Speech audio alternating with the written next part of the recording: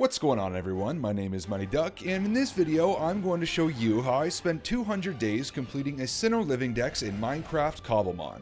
Over the last half year or so, I've been making my way through every Pokemon region, completing Living Dexes in Minecraft, and the next region up happens to be my personal favorite region, Sinnoh. Over the next 200 Minecraft days, you're going to see how I caught and evolved some of the franchise's most iconic Pokemon and even challenged gods, all on my way to completing the first Sinnoh Cobblemon Living Dex challenge ever. Here's how it went.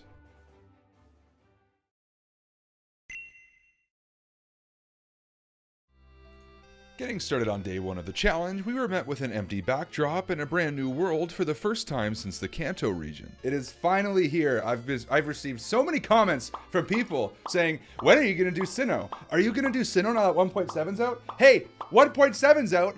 That means you're doing Sinnoh, right? That's right. Brand new world, guys. Brand new world. There's no rules for what I'm available or what I'm able to use right away because everything that we have is brand new. This is a brand new world. The map is brand new. We have nothing explored yet. So that's exciting. Does this mean no Quaxley in a boat? No Quaxley in a boat. No, he dies. He dies, unfortunately, on that world. But I'm sure that we will find another Quaxley, and I'm sure that we will put that Quaxley in a boat. So I'm not too worried. I wouldn't be too worried. Seeing as this was a brand new world, it meant for the first time since the Kanto region, I once again had the ability to choose my starter Pokemon. And if you know anything about me, or have been around the channel for a while, my decision may surprise you. We get to pick a starter! We don't have to catch a starter! Who's excited? We just get to pick one! It's so exciting! I kinda wanna choose Turtwig. I know my favorite Pokemon's Chimchar. But seeing as we're gonna have to catch a bunch of variants, plus Turtwig sits on your shoulder, Chimchar doesn't. I'm gonna go Turtwig, guys. There we go. We got Turtwig on our team. Oh, it's a girl! Oh, it's a girl! I know what we're gonna name you.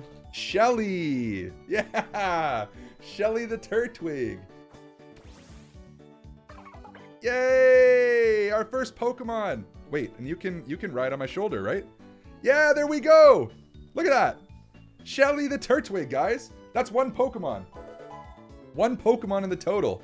With our starters selected and our first Pokemon of the challenge added to the total, that meant it was finally time to embark on the journey I had been waiting for since starting the Kanto region Living Dex almost a year ago. I quickly made my way over to a nearby apricorn tree and was able to grab some apricorns as well as my first sapling of the world.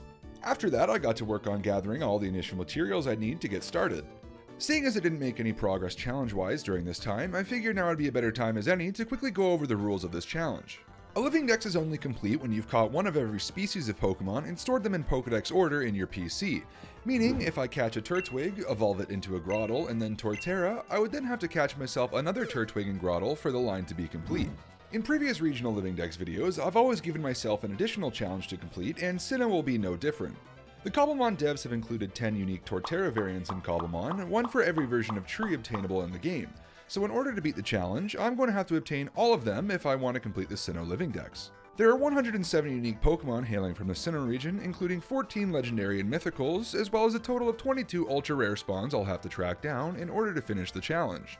So, when we add all the Torterra variants to the 107 Sinnoh Pokemon, we get a total of 117 Pokemon I have to track down in order to complete my goal. With the sun setting on the first day of the challenge, I was still in the New World excitement phase of the stream. Combee! I'm so excited to do honey farms, guys, I'm gonna be honest. I'm literally just grabbing anything I can along the way. I don't really know which way to go. Oh, there's a forest over there. Okay. I'm trying to, remember all the things that I have in this mod pack that I'm supposed to be using. Oh, I got apples. Oh, we have to cook in this game, too? This is gonna be... Oh, cherry blossoms. Coal! Coal, guys! Our first coal of the world! My goodness. I can now run around with a torch in my hand, and everything's gonna be so bright and shiny. Can we get some iron, maybe? Ooh! Ask and you shall receive. There we go. I do want to find a saccharine tree. I wouldn't mind grabbing one of those kind of early on. I do know that we're gonna need villagers, because there is an item that is added that is absolutely mandatory to trade from a villager to get all of the legendaries. So, kind of looking forward to that, kind of not looking forward to that. This time around, I'm playing with the Legendary Monuments mod, a mod that adds unique structures and items to the game that allow you to summon and catch legendary mythical Pokemon, meaning I won't have to wait around for hours for every legendary to show up again. Actually, there's only one legendary that spawns randomly in the world, and that is Shaman, which spawns in floral biomes, and then Manaphy and Fione will be fished up. So those are the only legendary and mythical Pokemon that aren't summoned at an altar or a shrine or a certain location or using an item. I do want to find a place to make a base relatively soon. There's a water down here. Let's explore a little more before settling down anywhere. I spent the night gathering more resources as well as a few apricorns when I could, while simultaneously trying to find a place to settle down and build my lab. I want to live in a forest. It makes sense to live in a forest because Turtwigs spawn in forests, and I don't want to have to go somewhere to hunt them, if that makes sense. I don't know where to settle down. I want to settle down like early. The sun ended up rising on the second day as I finally found myself a spot near a lake to start settling down. Okay, you know what? I'm going to build a little area here. Once I had thrown everything in a chest, I continued gathering apricorns around the area and eventually made my way over to a nearby village. Here, I was able to grab some apricorn saplings, some food, as well as some XP candies I ended up using on Shelly. Shelly, eat! Yay, level 1. I ended up finding a few more XP candies and was able to level up my Turtwig high enough to learn Razor Leaf. Eventually the sun had set again and I was able to find some copper, which I needed to be able to craft my first Pokeballs. Afterwards, I made my way back to base camp where I was greeted with a very lovely surprise. Going to the nether will be Oh! Look at that! There's a Turtwig on the map! Wait. I'm gonna put that in a boat. Oh, baby! Oh, baby! Look at that, guys! What the heck? Where are you? I'm putting this in a boat. I don't care. Look at you! Hey! Oh, that's so hype. Oh my god. Oh. M to the G. To the MD, Mighty Duck to the G to the M. Oh, baby, look at that. New boat boy. New boat boy. I don't know, that felt really fast. That, like, obviously I'm happy, but that felt really fast. I don't, wait. Okay, wait. I want to try something here. Okay, so from what I understand, if we defeat Pokemon at night, okay, they have a 10% chance of dropping something that is absolutely necessary for the success of this challenge. Whoa, look at all the hoot. I can take you, for sure. Rock throw, watch. Okay, so let's see. Oh, it dropped just regular string. Oh, look, we got a dream string. Look, there it is. Look, so this is what I'm talking about. This right here, dream string. We get 9 of these. We make a dream catcher, which will allow us to get nightmares. You have a 10% chance of getting a lunar wing or a nightmare sack or something. I don't know. And it lets you summon Darkrai and Cresselia, each of them. So that's cool. I think that's cool. After I was able to collect my first dream string, I placed down a bed and slept till the next day, where I was able to craft my first Pokeballs of the world. Let's make some Pokeballs. Let's do some Pokeballs. There we go, the first of many. We got Premier Balls, which means we can potentially go catch another Turtwig. I don't know if we're going to be able to catch this thing, guys. I'm gonna be honest. I don't know if I'm going to be able to catch this. Oh! Look at that! Yeah! We got a Turtwig! Yeah, we got a Turtwig. Look at... Oh, baby. New Turtwig. Hey, that's pretty good. That's a new Pokemon. Hype. There we go. I definitely didn't have Turtwig on my bingo card as the first Sinnoh Pokemon I'd catch in this challenge, but I was happy to get one out of the way nonetheless. With Turtwig caught, I made my way back to base and started to clear some trees before laying eyes on the next Sinnoh Pokemon I would attempt to catch. Bidoof, where are you? Hey! Hey! What? Level 1? What are we doing?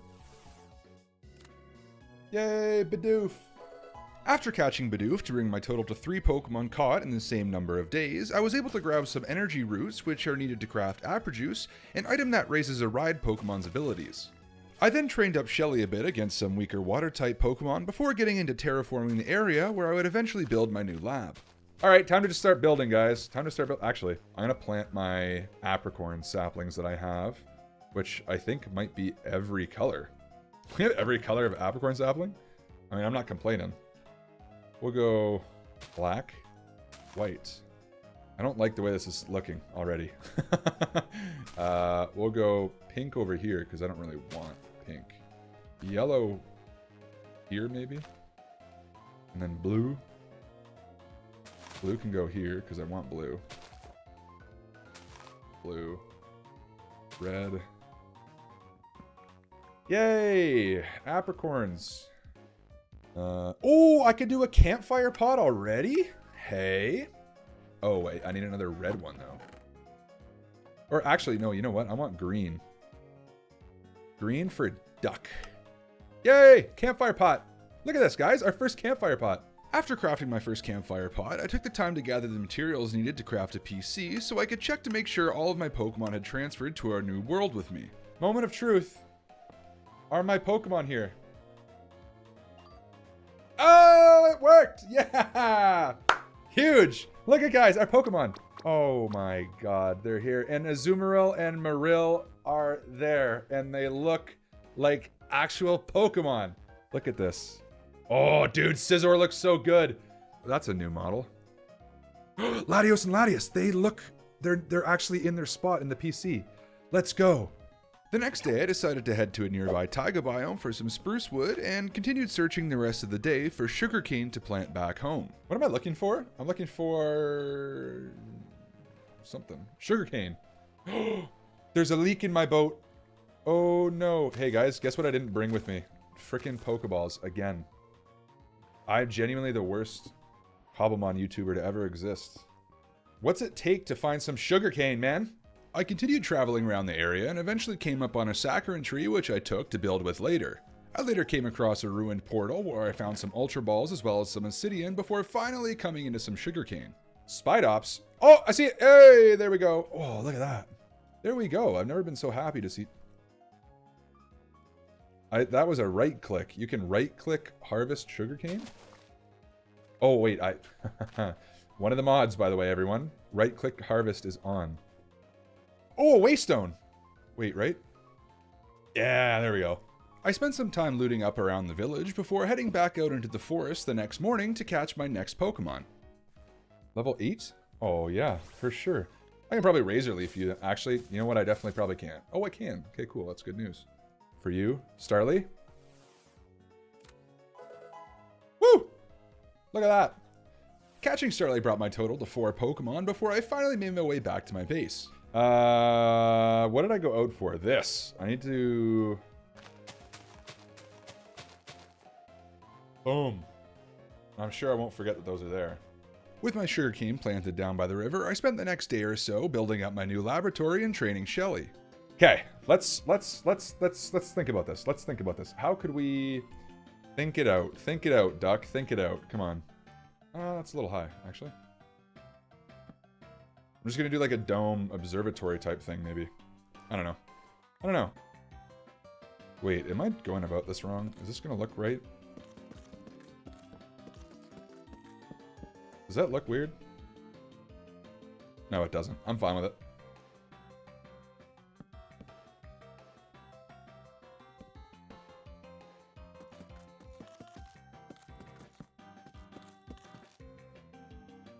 More sand. More sand! What if I what if I did this? 1, 2, 3, 4, and then 1, 2. More space. Would it be 5 for a full circle? No, because it would be 1, 2, 3, 4, 5, 6. That would be 6. That's a big old circle. Don't worry, everyone. I swear it. This will all turn out just fine. This will all work out exactly as we're hoping. Hell yeah. Yeah. There we go. Now we're talking. Blue floor. Guys, I'm going to make the most heinous, disgusting house you guys have ever seen. I hope I get so many hate comments. Should I make a blue house? No, I'm not going to make a blue house. Should I do a blue home? You're probably going to have Gust, and you're probably going to murder my lineage. Come here. Throw a rock. Yeah, see ya. See ya. What's that? What is that? Oh, Shelly level 18! Guys, Shelly! Look at, wait.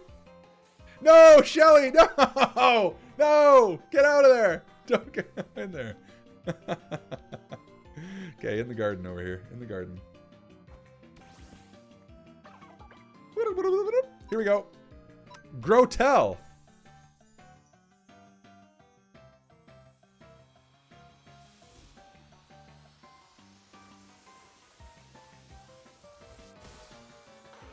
Oh, yeah. Look at that. Grotel. Yay. Hard work and dedication. With Shelly evolving into Grotle, I was able to teach it Bulldoze, and on the way back to the laboratory, I found myself my next Pokemon I could catch. Oh, Buizel! Wait, Buizel's a Pokemon I need. Level 32? Oh, that would have been cool. That can evolve into Floatzel. Yeah! Buizel, there we go. That's a Floatzel immediately. Since this Buizel is level 32, it was already able to evolve, so I taught it some new moves before evolving it into Floatzel to bring my total to 5 Pokemon. There we go. What sick moves do you get now? Crazy, just absolutely demonic. Demonic stuff. Once I'd sorted out Floatzel's moves, I chopped down one of the saccharine trees that had grown before debating whether or not to make my lab entirely out of blue wood. I think a blue house would be kind of hilarious. Like dark brown and blue? I think that'd be cool. Who's on team blue? Like if I go like this. Watch. Is that? Well, okay. Well.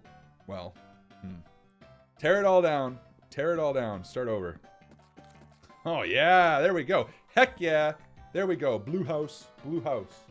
We need a lot more saccharine wood, which means I need to go. There's like none on the map. There's some over here. I guess that's the next thing to do. Once I had planted what saccharine saplings I had, I set out into the night in search of more blue trees. After chopping down a few trees, I came across a wild Glameow in the forest. Oh, wait, Glameow? That's a... Glameow! Glameow brought my total on the evening of day 6 to 6 Pokemon as I continued harvesting what saccharine trees I could. On my way back, I ran into another early Sinnoh Pokemon I needed. Baniri, you're a Pokemon I need. Cool. Baniri. Baniri started my first small wave of catching Pokemon for this challenge. I later caught myself a Pachirisu, as well as a Cherubi to bring my total to 9 Pokemon. I was able to grab more blue wood on my way back home and return just as the sun was rising to take a tally of all my recent Pokemon additions. Okay, what do we got? Cherubi. I'll add Pachirisu to my team, and I'll name her MVP. Most valuable Pachirisu. There we go. This thing has Nuzzle? Perfect. Oh, it's raining. Isn't that just lovely? I decided to take advantage of the poor weather and got back into building up what would be my future lab for the challenge.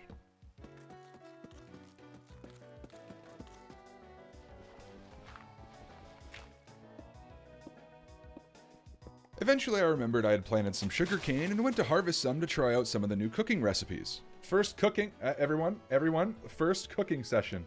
First cook. The first cook, everyone. And then you cook. It's cooking. It's working.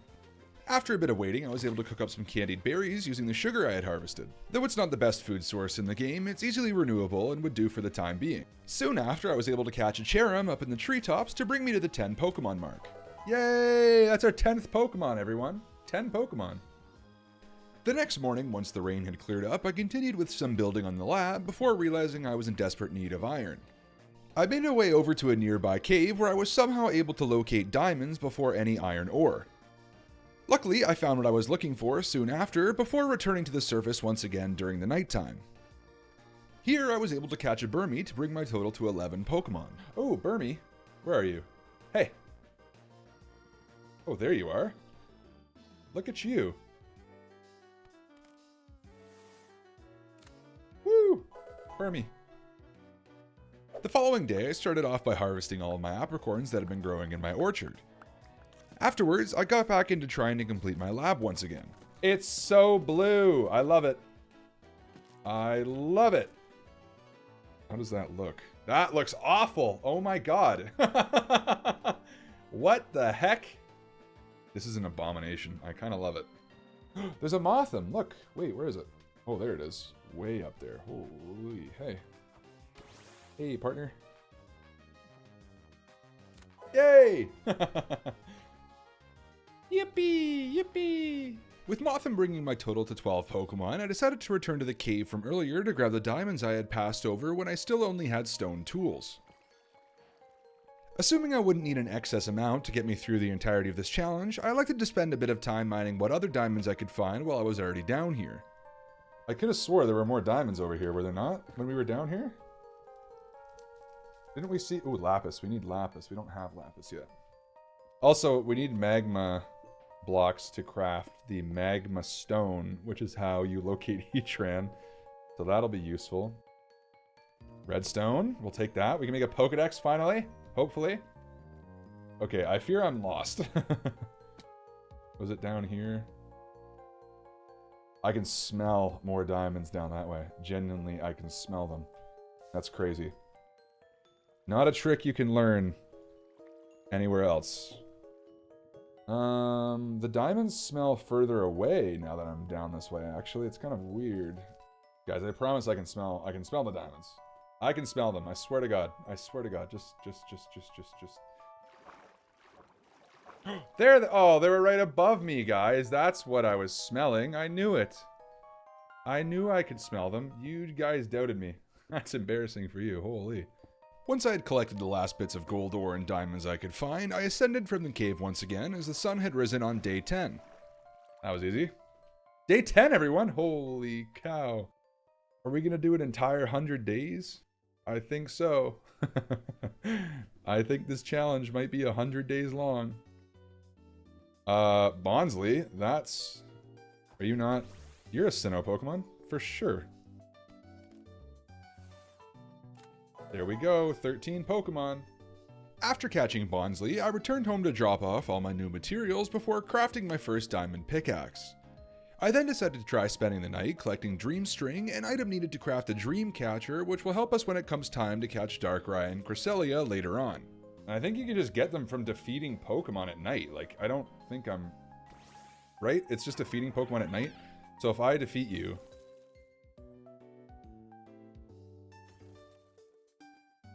Oh, there, see? The Dream String. Cool. It just gives it to you.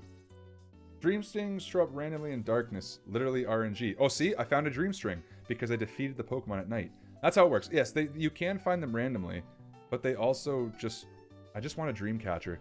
So every time we sleep, you have a chance of getting one of the items that you need. So sleeping is important. We're going to need to sleep. Another one. Cool. So I have 5 now? No, I have 4. Maybe if I defeat spooky Pokemon like this Phantom, it'll be... Oh, see? Now I got 5. I continued battling Pokemon until the sun rose on day 11, but was only able to collect the 5 Dream Strings, so my Dream Catcher would have to wait for the time being. In the meantime, I was able to catch a Combee by the lake to bring my total to 14 Pokemon. I'm gonna try to catch this Combee, because we need it anyways. Combee! There we go. Combee! Now we have 14. I spent the better part of the afternoon trying out different floor patterns for the lab before settling on one that I liked. It started to rain again later in the day, so I decided I would take the time to head out and grab some obsidian from a nearby lava pool so I'd be able to make a nether portal later on. We need a bunch of obsidian. I'm going to grab all of this, because we need to make an enchantment table, we need to make a hammer, we need to make a portal. Oh, but wait, if I grab... Wait, I'm gonna be smart. I can speed this up way up. Haha. Hammer, and now I can essentially just do this. Oh, I'm so smart. I was able to grab over a stack of obsidian using my new obsidian hammer, and on my way home I noticed a Wormadam appear on the map, which I still needed for the challenge. Wait, what? Where are you? Hello? Where is this Wormadam? Are you above me, or are you below? Oh, there you are. Alright, let's try. Another Ultra Ball. There we go. Wormadam. After catching Wormadam, I was also able to catch a wild Kricketot on the way home to bring my total to 16 Pokemon. Wait, Kricketot. Wait. I don't have you. Cricket-tot. It was now day 12, and upon returning home, I finally got around to finishing the floor of my lab. I also took the time to build a staircase down to diamond level in case I needed to go mining for any ores in the future. Eventually, the sun had set again, and it was time to defeat more Pokemon in hopes of collecting more Dream String. Oh, there we go. Dream String. So now we have 6. We need 3 more. Another one. Lovely. Unfortunately, I was only able to grab the 2, so my Dreamcatcher plan would once again be put on hold for the time being. The next morning, I decided to check out all my recent additions to my total before finally ending my first stream for the day. Later that afternoon, I got back into it off stream and wanted to get a bit of non-catching things done. I started off by moving all of my storage and items inside my lab and clearing up the front yard area. I took the time to put actual stairs down in my mine shaft to make going up and down easier, and in the evening, I was able to collect the final 2 Dream String I needed to make a Dreamcatcher.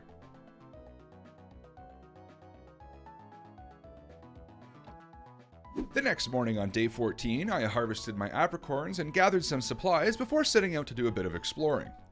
Early on in my journey, I was able to grab a shiny stone which will be needed later on to evolve Togetic into Togekiss. As the sun was setting, I made my way into a plains biome where I did some training through the night before finding a village where I was able to pick up another waystone. I continued on traveling through the next day, grabbing what useful items I could find, like berries, nature mints, and anything good I was able to find in chests. Eventually, on day 16, I came across the first Pokemon I would need while traveling in a female Combee. Later that same evening, I was able to grab a Razor Fang from a wild Girafarig, another item I will need for a future Sinnoh evolution. I was also able to catch a male Ralts and a Cherry Growth, which I'll need to evolve into a Gallade later on. Nothing too important happened over the course of the next few days. I returned to the lab and started working on adding a second floor, as well as some extra details around the place to make it look a little more finished before my next stream.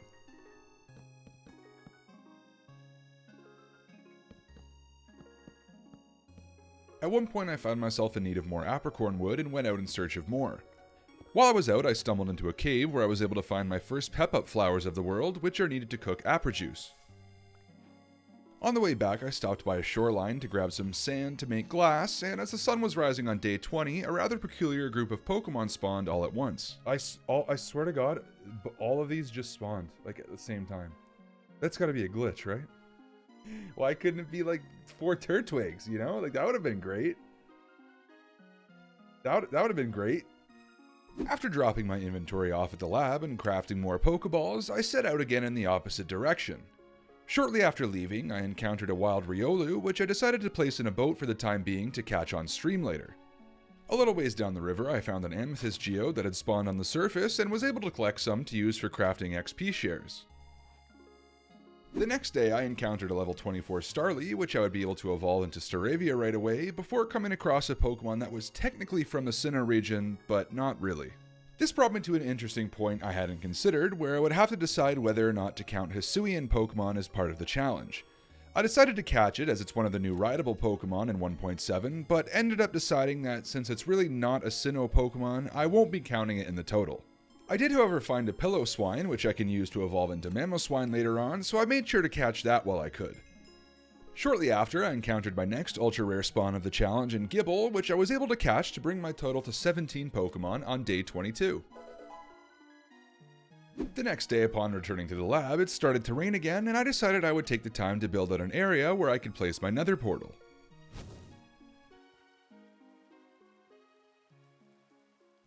Hopping back on stream the next day, I took some time to show all of the progress I had made before crafting a dream catcher using all of the dream string I had been collecting. Isn't it just like this? Ah, there we go, the dream catcher. So now, with this dream catcher, if we sleep underneath this, we have like a 10% chance of essentially waking up the next morning with either a lunar wing or a nightmare satchel or whatever it is for Darkrai to craft the spawn thing for that. So this is a good item to finally have out of the way. But yeah, today we're going to get into, we're going to go do some catching. I started off my first catching stream by showing off all my new additions and evolved my Pillow-Swine into Mamoswine to bring my total to 18 Pokemon. Oh, it turned around, look at it, so big, woo! Look at that. After evolving Mamoswine, I added Ralts to my party before heading out to spend some time on stream catching Pokemon, with the first stop being the Riolu I had left in the boat. Before leaving, I had crafted some friend balls to boost its happiness when caught, meaning I should be able to evolve it into a Lucario in no time. Oh, we got a Riolu, there we go. Huge. That's good news, everyone. I quickly returned home to heal my Pokemon and grab a bed before evolving my Starly the next morning to bring my total to 20 Pokemon caught. Yay, Staravia, look at you. And that's our 20th Pokemon of the challenge, believe it or not, which is pretty good. With 3 Pokemon already added to my total early in my stream, I decided to climb the hill behind my lab and start exploring in that direction. Shortly after leaving, I was able to catch another Starly that I'd be able to evolve into Staravia right away. I then caught myself a Baneri and a Friend Ball, which ended up proving pointless as I was able to catch a wild Lopunny a little while after. I continued wandering the taiga looking for any Pokemon I needed until the night came and I was able to catch a Honchkrow to boost my total by 1. Let's go! Oh, huge, huge, huge. On day 28, I was able to evolve my Ralts into Kirlia, meaning I just needed to find a Dawnstone to be able to get Gallade. There we go. I ended up wandering through forests for the majority of the daytime until I found a meadow as the sun was setting. Here, I was able to catch a Badoo, another Glameow, and a Drifloon to bring my total to 25 Pokemon. Drifloon! That's number 25, everyone. That is number 25. Right after, I was able to catch another Stone Evolution Pokemon I needed. Oh, an Eevee! I need an Eevee. I need an Eevee.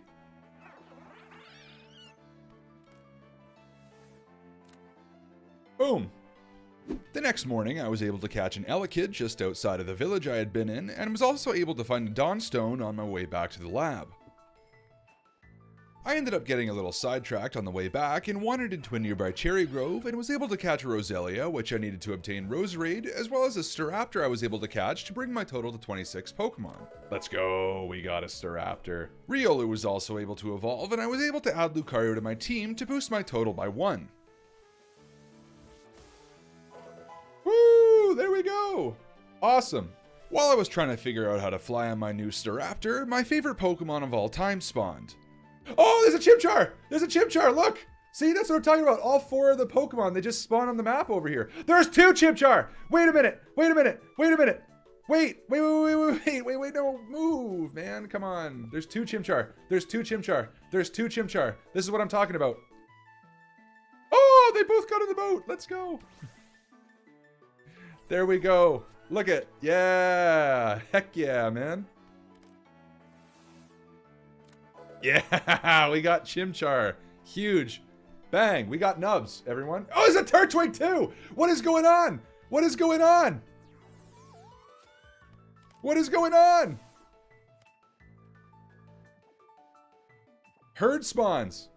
It's a thing. I'm telling you, it's a thing. There's so many look at guys, like it's like a thing. There's 2 Rowlets, there's a Turtwig, there's a Chespin, there were 2 Chimchars.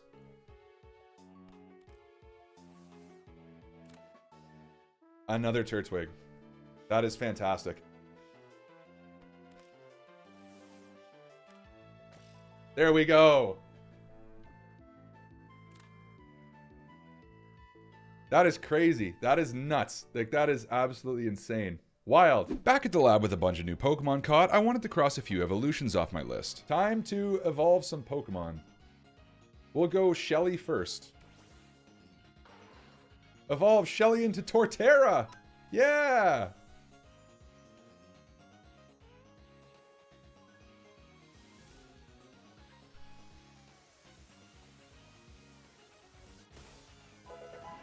Woo! There we go! Look at that! Cool! With Torterra evolved, there were a couple more evolutions I wanted to cross off next. I evolved Turtwig into Grotle, Kirlia into Gallade, and Roselia into Roserade to bring my total to 30 Pokemon on day 32. Once I'd evolved all the Pokemon I could, I used what resources I had to craft a couple XP shares to give to some Pokemon I wanted to train. What the heck? Look at, oh, I'm getting a signal. I'm getting a signal from above. The signal says, everyone like and subscribe or you're not getting Gen 5.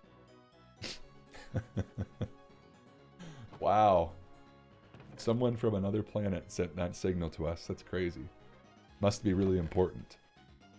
Later in the stream, I decided I would go out in search of a Togepi to evolve into Togekiss before the stream ended. While I was away, I was able to catch another Eevee for the other Sinnoh evolution, as well as a Kricketune later in the evening to bring my total to 31 Pokemon. Thank you, God. Oh my God. On day 35, I was able to collect more Dawnstones, which will be needed to evolve Frostlass later on in the challenge. I spent the remainder of the day riding around looking for Togepi with no luck before returning to the lab once again. While I was here, I decided to set up a small honey farm using the saccharin wood, as honey will be needed to cook Pokesnacks later on. Whatever. There we go. It's done. It's done. Let's see if I don't die. Be our guest. I did not die. And I got 3 from that? No, I already had 3. Wait. I don't know. That night, I attempted to sleep under the Dreamcatcher in hopes of obtaining one of the rare items I needed. Oh, a lunar feather! Look at that! Oh, baby, look at, hey. We now need 6 more or something.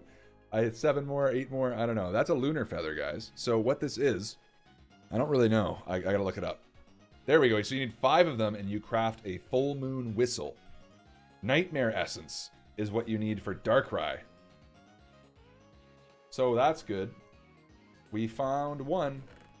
I was excited to have made some progress on at least one of the legendaries and mythicals, seeing as there are already so many in Sinnoh, but it will still require quite a few more sleeps over the duration of this challenge to collect all the items I needed.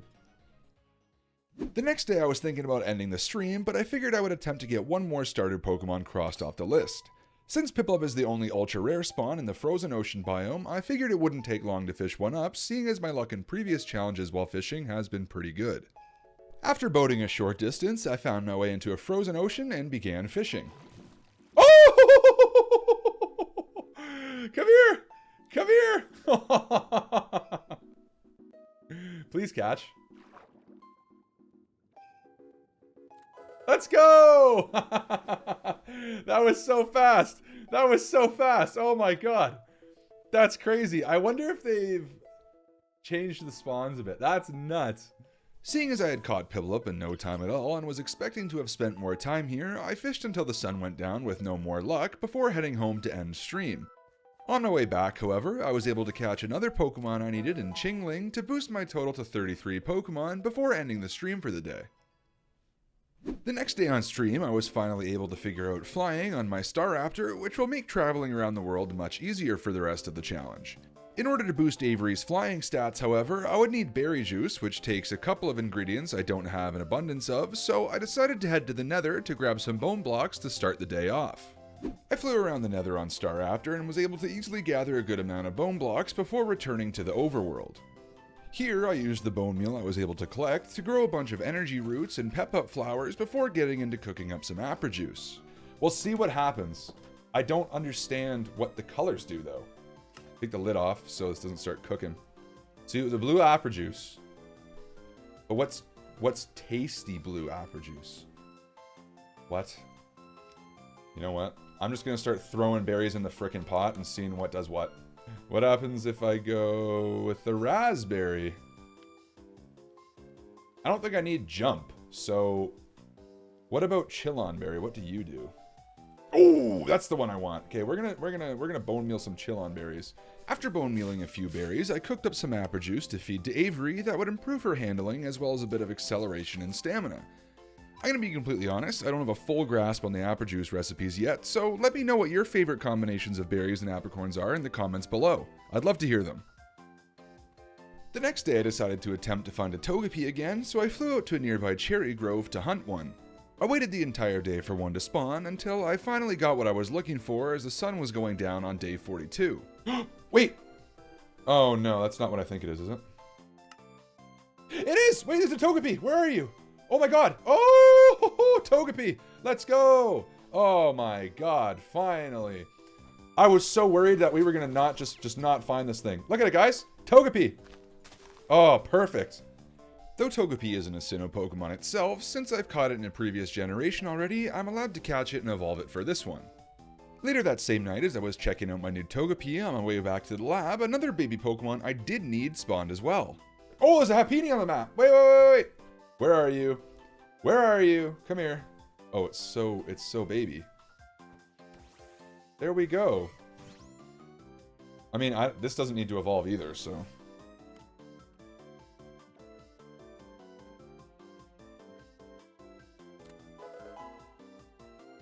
Woo!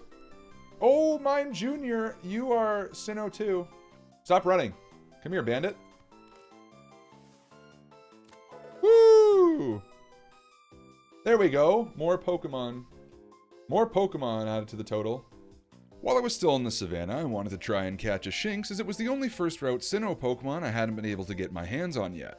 Like, I know it spawns in Badlands, but I just... Oh, there's one right there. Okay, cool. There you are. What is occurring? What is happening? Oh my god, I hate this. Oh my god, I hate this. Let me out! I'm actually gonna throw my... I'm gonna throw my keyboard through my... Not a fan. Shinx. Perfect. Shinx.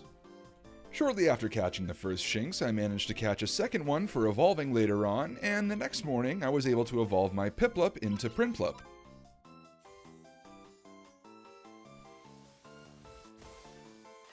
Oh, Prinplup. Hello. Hello. Dude, you are in my face and you're bugging me. How about that? On day 44, I found my way into a jungle biome where I was able to catch a Tangela, which I'll need to evolve into a Tangrowth later on. I also managed to catch an Ambipom later in the evening to bring my total to 37 Pokemon. Oh, Ambipom, I need you. Wait a minute. Hey! Monkey. You're level 45? Think I can Sacred Sword this thing? I'm gonna find out if I can. Watch. Oh, baby, that was close. That was close. Oh my. Woo! I flew home on the back of Avery and slept away the night, and in doing so, was able to grab my third Lunar Wing of the challenge. Oh, we got another Lunar Wing! Look at that! Look at another Lunar Feather! Oh, woo! Woo! Another Lunar Wing. Feather. Wing? Feather. We need 2 more and we can summon Cresselia, everyone. Imagine that. I love this little dream catcher. Ooh, so good. So good. After dropping off all the items I had collected on my journey, I realized I was now able to evolve Nubs, my Monferno, into Infernape. Infernape!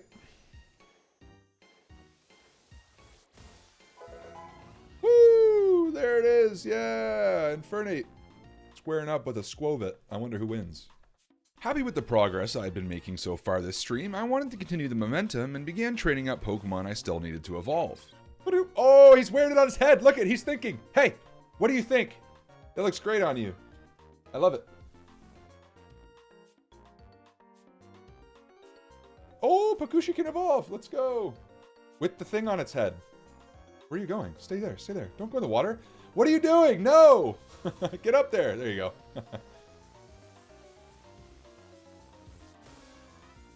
Oh, it's wearing it on its head too. Come here. That's cute. So now we can go grab one of those shine. Oh, there's a Vespiquen, guys. Look at. Come here. Huge. On my way back to grab a shiny stone to evolve Togetic, I was also able to grab a Weasel to bring me to the 40 Pokemon mark of the challenge. Before evolving Togetic the next morning, I was able to get yet another Lunar Feather after sleeping away the night. Oh, we got another Lunar Feather! Look at that, guys. One more Lunar Feather and we can do Cresselia, which is kind of cool. I wouldn't mind knocking off a legendary early on. That would be very useful, at least for the rest of the legendaries. So that's hype. That's hype. One more. With yet another feather acquired, I dropped it into my storage and grabbed a shiny stone to quickly evolve Togetic into Togekiss as the sun rose. He's got that on. There we go. He's like, yep, I'm ready. I'm ready for takeoff. Let's go. Pakushi. Oh, look at that. Your helmet's so up there. Oh, okay, well. There we go. It's so cute. Look at it. Aw. Once I'd evolved Togekiss, I took the time to plant some of the berries I was using for my apple juice around the outside of the lab. I then used some of the golden apples I had found during my travels to make some Poke Snacks in hopes of attracting a Turtwig. I placed it down outside the lab and waited a while, but had no luck in finding the starter I was after. I decided to change up the recipe, not really knowing how they worked, and went for berries that attracted grass-type Pokemon. After placing a couple down, I decided to sleep away the night. Oh, Turtwig spawned! Let's go! Wait! Look at that! There's a Turtwig over there and two rally. No, I swear to God, if you just despawn, I'm gonna hurl. Do not despawn, Turtwig. Turtwig! Okay, good. And a Chespin overweight the... Guys, we're actually cooking. Oh, he's so sleepy. He's so sleepy. There we go, Turtwig. Bang. With 3 Turtwig now caught, that meant I had enough to complete the line and only needed the remaining total to complete the variants. Later that same day, I was also able to evolve my Prinplup into Empoleon as well as Tangela into Tangrowth to bring my total to 42 Pokemon. Oh! Yuck. Noodles. The next morning, on day 48, I decided to head west from the lab in hopes of finding some of the remaining ice types I needed, like Snover and Snorunt. I made sure to take the time to battle what strong Pokemon I could, knowing full well that the legendaries in this region were going to be much higher level than my team is now. After a couple battles, I was able to evolve one of my Shinx into Luxio to boost my total by 1. As the night fell, I flew around on Avery looking for any outstanding Pokemon and was able to locate and catch my first Snover. Oh, Snover, hey! Hey, friend! What level are you? 16? Let's go! Woo! Snover. Oh, he looks so cool in the snow. I searched the snow biomes for more ice types I needed and had no luck. The next morning, I took down a wild Stantler and was able to evolve my Luxio into Luxray.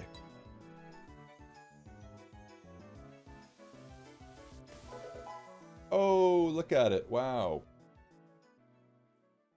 On day 50, I was back home again, making some slight upgrades and improvements to my farms and lab. Yeah, there we go. And this drops down, and this just... Perfect, I don't have to swim up anymore. I also took the time while I was back to craft a very useful and important item when it comes to completing this challenge. Okay, there we go. Now I can do light blue dye. Now, oh, Arc Phone. Look at that. Look at this. New iPhone. Who dis? Oh, baby, look at this Arc Phone. And with it, if I press right click, legendary tracking, so I can tell it what to look for, and if I have the required item, it will tell me where to go and where to find that legendary whatever located on the map. So Lake Valor, Lake Acuity, Spear Pillar, Lake Verity. And when I tested this, everything spawned like 10,000 blocks away. So yeah, oh shoot. Actually, I should go to a plains biome and I should look for Electabuzz while it's raining. Grabbing the Arc Phone was great, but we won't be using it for a little while longer yet. In the plains and savannah, I wasn't able to catch an Electabuzz while it was storming, but I was able to catch another Shinx, which I needed to evolve into a Luxio. Cool. Later in the evening, I was able to catch another ultra rare Pokemon. There's a Gibble, everyone! Oh, a Gibble. Wait, where are you? Oh my god, why do they always do this? They always spawn, like, underground. Hey! Gibble. Yeah! I spent the rest of the night looking for Electabuzz and training up my party against wild Pokemon.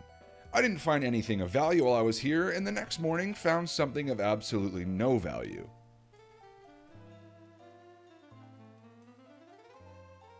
Later that day, while it was still raining, I was able to catch a Lickitung, which I could use to evolve into Licky Licky later on if need be. I spent the majority of day 51 battling wild Pokemon for XP, and was able to evolve my Glameow into Purugly to bring my total to 45 Pokemon. Ew! Look at you. I always thought Purugly's whiskers kind of looked like guitars. Don't you think? Back Back at the lab that night, I was hoping I would be able to get the last lunar feather I needed or my first nightmare essence. Cross your toes, everyone. Hopefully we get a nightmare. Is everyone excited for our nightmare? I can hardly wait. I hope I'm so scared right now. I'm going to bed with my thinking cap on.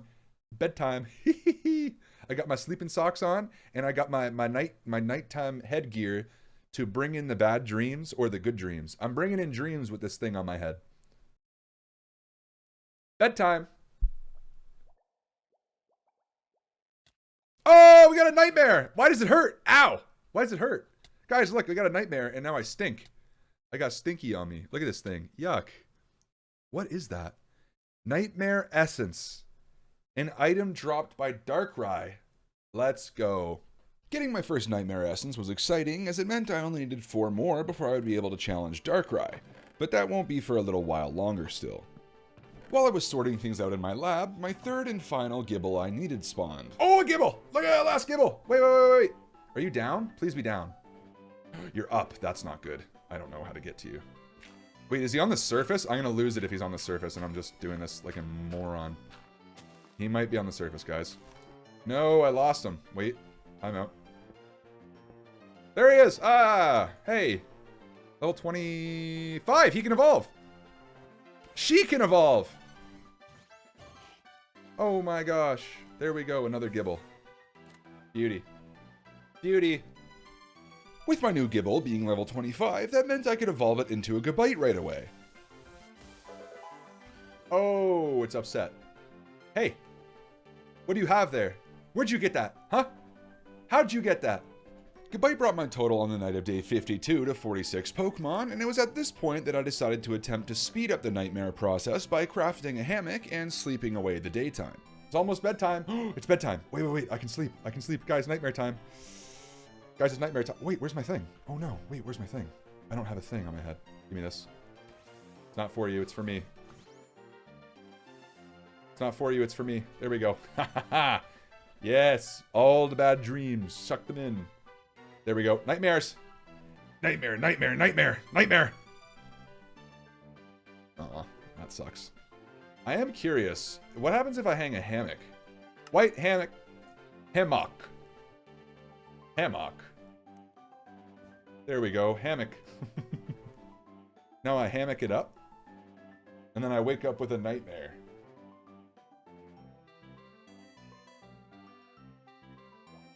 We're farming bad dreams. Oh, Lunar Feather! There we go! The last one! Look at that! Rarely given by Cresselia to those with good dreams. With the 5th and final Lunar Feather necessary acquired, I was now able to craft a full moon whistle, the item that summons Cresselia. A full moon whistle. That's kind of crazy. Boom! A full moon whistle. Oh boy. Imagine I just blew this whistle right now. Imagine I blew this whistle right now. Come get me. Okay, I'm actually going to move it out of my hotbar because I will absolutely blow that whistle by accident. Now that I knew I could skip to the nighttime to hunt for Nightmare Essence later on if I needed to, I could focus my attention on adding more Pokemon to the total. Down in the lake outside the lab, I was able to catch a Bibarel, which I somehow hadn't caught yet, to bring my total to 47 Pokemon.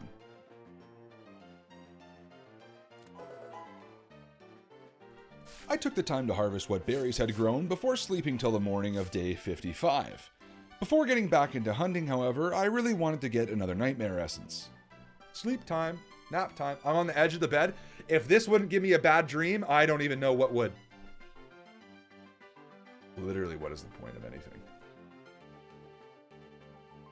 Friggin' nothing. Oh, we got another Lunar Feather! We're gonna shiny hunt Cresselia. Last one, I'm gonna try this one in the night. Here we go. Nightmare. Oh, there we go! I have to say the magic word. Satisfied with my second Nightmare Essence, it was back to hunting Pokemon before the end of stream. I realized I had gone this long without seeing a single Shellos or Gastrodon spawn, so I wanted to attempt to hunt one of them next. Luckily, there was a small ocean biome just south of the lab I hung around in, but I didn't realize immediately that it needed to be a cold or warm ocean for one to spawn.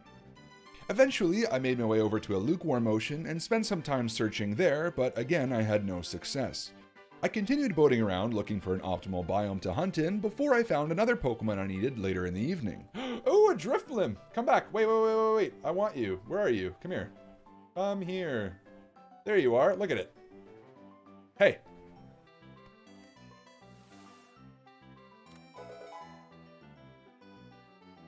Oh, an Oshawott! And a... What just spawned? An Oshawott and a Brion? Unfortunately, this Brion can't be allowed to live. It is very unfortunate, but I have to seed bomb it.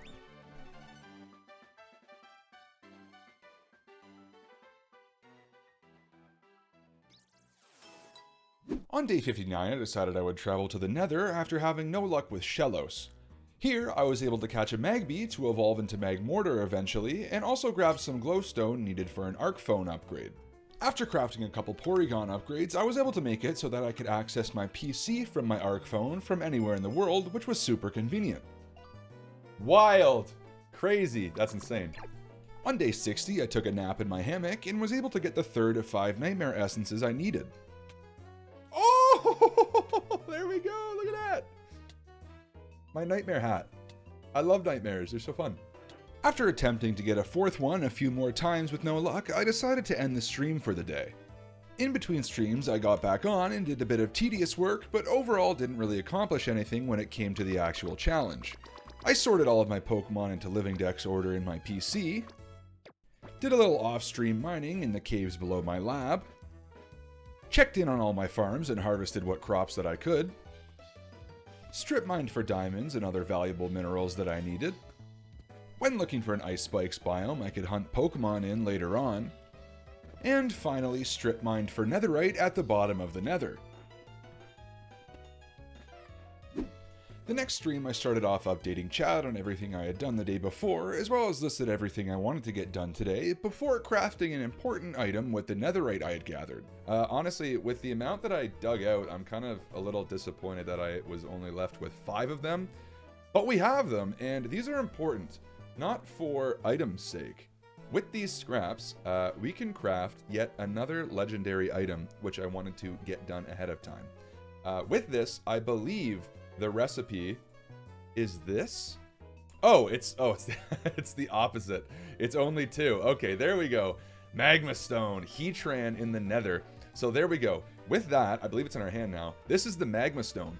With the Magma Stone, we can now go after Heatran. Now, I'm not saying we're doing that. We're not doing that yet. We still have quite a ways to go before we're ready to take on Heatran, I think at least. But we have the item now, which is great.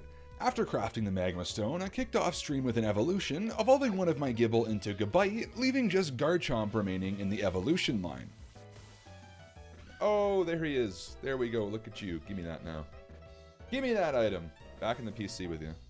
The next thing I did was make my way back to the Ice Spikes biome to search for a Snorunt, as I still needed a Frostlass for my total. It took a little longer than I expected, but eventually I was able to locate one. Oh, there's a Snorunt. There we go. There we go. Hello.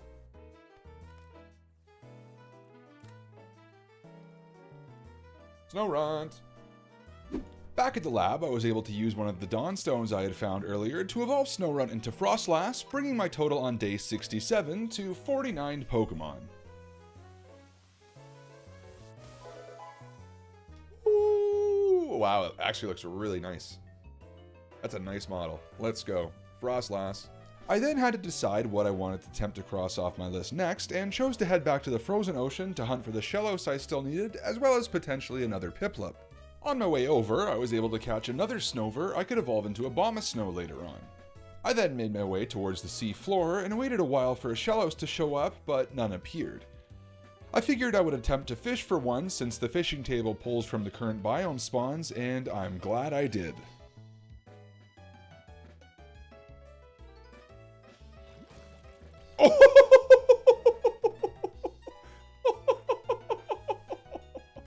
Is that Fiona? Yo! Time out. That's Fiona, right? That's Fiona. Yeah, okay. Oh my god. Okay, to be fair, Fiona is a rare spawn. Please catch. I don't want to not catch you. Oh, there we go. We got Fiona.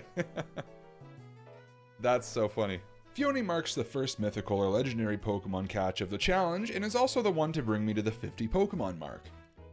I continued fishing as I was still mainly after a Shellos or another Piplup, and not too long after, got one of the Pokemon I was going for. Oh, Piplup! Wait, come here! Come here! We got a Piplup! Let's go! Oh, yeah! Massive! Piplup! Huge! After a quick battle and a level gained, I was able to evolve the Piplup into Prinplup, leaving me with only one more Piplup to catch. Yeah, there we go. Having had such good luck with fishing during this challenge, I figured if I stuck with it, I could cross a few more important Pokemon off my list. I was able to grab a Finian, another Phione, and finally, the third and final Piplup I needed to complete the evolution line. Oh, there it is! Yeah! Look at that! Look at that! Get in the ball. Yeah! Massive! The Piplup line is done. There's another Piplup. Wait. Where's this one? There's another one that just spawned over here. Oh my goodness. Oh my goodness. Oh, nope, come here. Yeah, you know what? That Piplup gets to stay a free Piplup. I just caught a Magikarp? What? Brother, what? What happened to you? What is wrong with you? Back we go. Piplup gets to go... Wait, where's Piplup?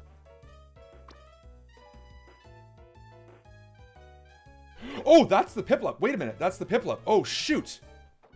Wait, good shout. Where'd it go? Oh, okay, I see. Oh, I was like... I see what you're saying. Yeah, there we go. I decided to postpone my Shellos hunt once again and started to head back to the lab. On my way back, I defeated a Donphan, which dropped a Protector, and right after, I was able to catch a wild Rhydon, which I could now evolve into Rhyperior. The last thing I was able to do before returning to the lab was grab a Leaf Stone on the night of day 70 from a cherry biome, which meant I could now obtain Leafeon as well. The next day I was out again catching more Pokemon. I was able to catch a Riolu on the edge of a cliff to complete the evolution line and to bring my total to 54 Pokemon. While I was out, it started to rain, so I made my way to a nearby beach in hopes of finally finding the elusive Shellos. Thankfully, I didn't have to wait long, and I was able to cross it off my list. Ha-ha! There we go! Look at that! Bang! I stuck around waiting for a second Shellos and spent my time battling higher level Pokemon for XP. Eventually, I caught myself a higher level Lickitung than before and was able to evolve it into Licky right away to bring my total to 55 Pokemon. I also took the time to evolve a couple other Pokemon I still needed. I evolved one of my Shinx into Luxio, and Rhydon into Rhyperior using a link cable and the Protector I had picked up to boost my total to 57. Oh!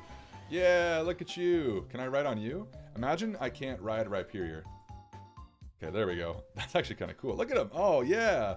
As I was flying back to the lab on the morning of day 72, I encountered yet another rare spawn Pokemon I still needed. Oh no, there was a Munchlax! Wait, come back! Come back! Come back! Come back! Please come back! Please come back! Please come back! Let's go. There's a Munchlax over there. Hello? Where are you? There you are! Look at that guy! Look at him! Silly little dude.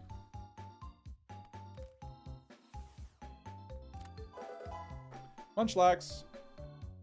Upon returning to the lab, I was able to continue my catching momentum during this stream by evolving a couple more Pokemon I needed. Okay, what I'm going to do now is I'm going to do the evolutions. That is what I'm doing. Where's my Ice Stone? There we go. Ice Stone. There we go.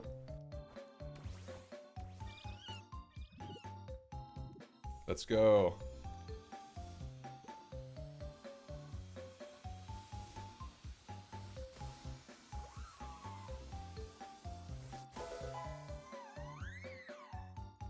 Can you guys look at me, please?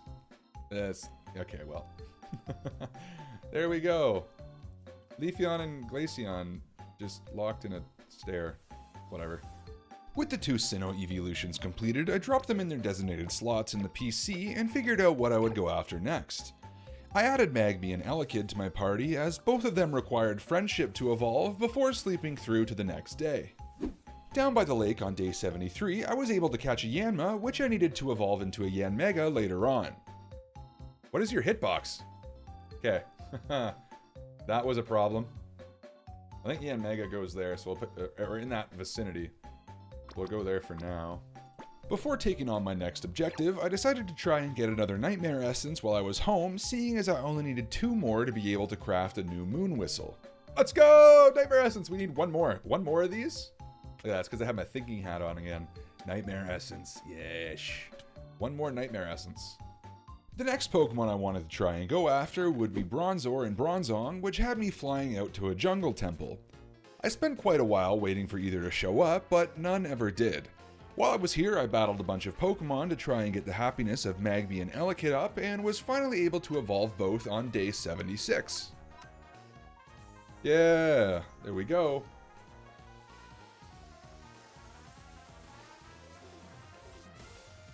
Look at them staring down each other. Crazy. As I was on my way back to evolve both of them again, I stumbled upon a prehistoric mud pit, the fossil structure that generates with the fossil required to obtain Cranidos, so I took the time to try and find it while I was here. Oh! There it is, the skull fossil, everyone. That's the one. Let's go, skull fossil. Acquired. Back at the lab, I had to craft an Electrizer and a Magmarizer so I could evolve Magmar and Electabuzz into Magmortar and Electivire, and was able to do so to bring my total to 63 Pokemon caught. I am not rereading that line again. There we go. Bloop, bloop.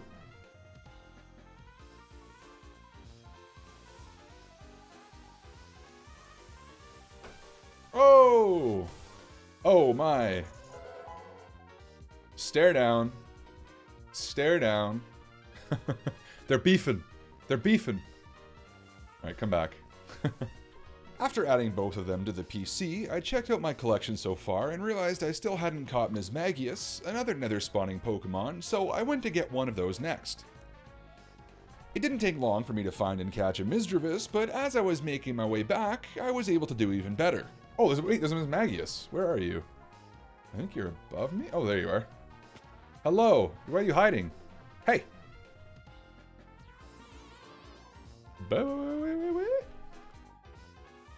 Ms. Magius, please. Woo! Let's go. Ms. Magius brought me to 64 Pokemon for the challenge, and I was feeling good to end the stream, but there was one more thing I wanted to do first.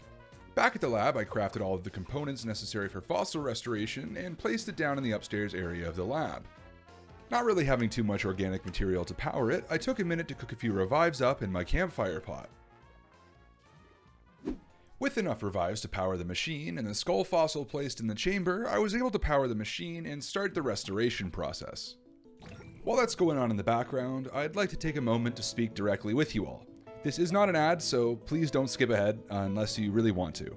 I started a trend with these videos a few regions back that I'd like to continue here, and I'm going to start this one off by once again saying thank you for clicking on and interacting with this video. I pour a lot of heart as well as time into these videos, and to see you all engaging with them and enjoying them as much as you do really makes it worthwhile. To get the amount of comments I do on a weekly and in some cases daily basis asking for the next video to release really keeps me going during long editing sessions. This video alone took a week and a half to record and stream, so thank you to anyone who is a part of that, but it's also taken me 2 straight weeks of editing to get this uploaded. So, if I can't ask one thing from you all today, please consider leaving a like and commenting on the video. It helps the video to stay in the algorithm longer and also helps to allow me to continue making all these videos I love making so much. If you really like it, consider subscribing and checking out my other projects. I just started a major long-term project with Virtuositas and Sebadiah, which I would highly recommend you check out. We're working on building up our own large-scale, playable regions with our communities, and it's been a ton of fun so far. If you want to find out more about that, or are interested in joining, I'll leave a link to the first Cobblemon Origins video in the description for you to check out. Anyways guys, thank you all again for watching. Let's get back into the challenge. With Cranidos fully restored in the tank, I was able to catch it to bring my total to 65 Pokemon on day 81. Look at it. Oh, it's so cute. I like Cranidos so much. With Cranidos safely tucked away in my PC, I was able to finally end the stream until the next day. The following morning, I started stream with a checklist of tasks I wanted to complete that day. This included finding more Sinnoh fossils, getting my hands on a Razor Claw for one of the outstanding evolutions, as well as finding both a swamp and a desert in order to catch some Pokemon that can only spawn in those biomes. Before I could get started on the day's tasks, however, I wanted to replenish my Pokeball stock as well as attempt to get the remaining Nightmare Essence needed to craft a new Moon Whistle. Did Darkrai show up? No. Darkrai did not show up. Maybe we will start today off with a Nightmare, perhaps. Perhaps a Nightmare for everyone to see how it goes. But yeah, today is the 7th recording session for me of this challenge. And nope, no Nightmare, so we'll wait a little bit more. We'll wait a little bit more and see if we can grab one. It's raining. Do I go for Shellos? No, I'm not going to go for Shellos. I will do Shellos off stream like I said I would, because I just feel like it's going to take a long time. I probably should have gone for it, but oh, there we go! The last Nightmare! The last Nightmare! Oh my god, with our hat on, with our dream hat on, the last Nightmare Essence that we need in order to craft the Darkrai summoning thing. So maybe we'll do that right now. There it is. New Moon Whistle. I'm actually not going to put this in my hotbar. Actually, no, I am. But I'm not going to touch it on my mouse because I'm worried if I touch this thing at all, I'm going to call Darkrai up right now. But that is the item required to summon Darkrai. We now have Darkrai in our possession. With the new Moon Whistle crafted and safely placed in a chest, I had now collected 3 items that would allow us to challenge legendary and, in this case, mythical Pokemon.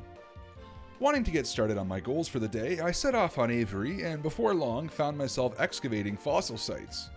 Unfortunately for me, I wasn't able to find anything I needed in this one, so I continued on with my journey. I wound up running into one of the Terralith floating sky islands and was actually able to find and catch a Pokemon I needed in Chatot. Later that night, I ran into a wild Abomasnow in a taiga biome and was able to catch it to bring my total to between 66 and 68. Hey! There we go, and it's snowing. Oh, so beautiful. Shortly after, I also caught myself a Sneasel to use it to evolve into Weavile whenever I get my hands on a Razor Claw.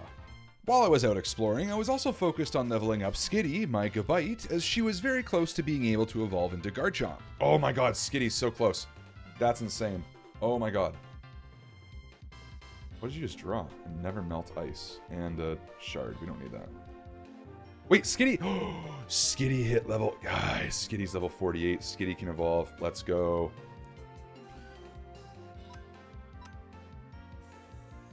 Yeah.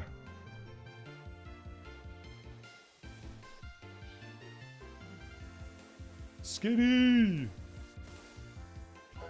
Oh, there we go. Look at... Oh, yeah. Let's see. Let's see now.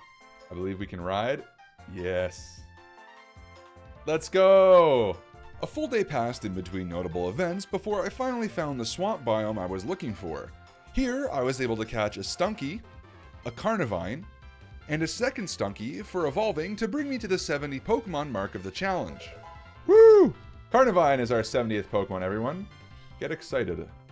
That night, I found my way into a nearby cave entrance and descended into the depths for a bit of exploring. Here, I was able to find a Pokemon that had previously eluded me. Oh, it's Bronzor! Wait, Bronzor, where are you? Hey, friend? Blink, blink. Bronzor. Oh, well.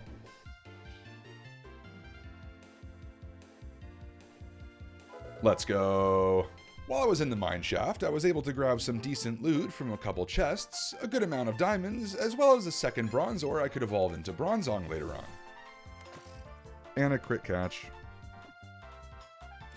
That's crazy. We're getting ridiculous crit catches. I don't know what that's about, but like I'm not going to complain. Back at the lab on day 86, I dropped off all the items I had collected and organized my PC before evolving some of my recent catches. I evolved Stunky into Skuntank, as well as Bronzor into Bronzong to bring my total to 73 Pokemon caught. Oh, look at that! Yeah, Bronzong! Such a cool Pokemon. Let's go. The next Pokemon I decided I wanted to cross off the list were Dusknoir and Gliscor, both of whose pre-evolutions are available in the Nether, so it was once again time to go exploring in there. After a short flight, I was able to catch a Duskull, and not too long after, a Gligar as well. After returning to the lab, I gave Gligar the Razor Fang to hold, but was unable to obtain a Reaper Cloth, so Dusknoir would have to wait for now. Since Gligar only evolves at night, I figured I would spend the time in between searching for a desert biome. Okay, let's go look for a desert. Let's go do it. Let's go do the thing. After a short flight, and once the sun had set, I took the time to get Gligar some XP, and was able to evolve it into Gliscor to bring my total to 74 Pokemon. Gligar, where are you going? Where are you going?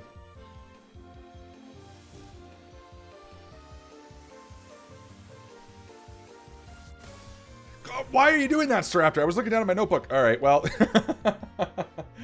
There we go. Scuffed evolution, but that's Gliscor right there for you. Yay, Gliscor's done. That same night, I was finally able to get a Razor Claw to drop from a Wild Sneasel, which I immediately used to evolve Weavile to boost my total by 1. 75 Pokemon! I thought you had to level it up. I don't know why this is happening. Flashback to when Vert absolutely rocked my entire team with his Swords Dance Weavile. We don't have to remember it, actually, so throwback to who knows what. As the night dragged on, so did my search for a desert biome. I flew along the ocean hoping to find one, and while I was allowing Avery to restore her stamina, I was able to catch a water type I still needed in Mantike. Oh, a Mantike! I need you! Come here! Wait, Mantike! Come here! Come here, right now. Come hither. Oh! Caught you in the drive-by, there we go. Let's go! Mantike, oh my god. On day 88, I was able to get Yanma enough XP to reach level 33 and learn Ancient Power, meaning I could finally cross Yanmega off my list as well. Oh, Yanma, there we go, and Yanma will learn Ancient Power, which means it can now evolve.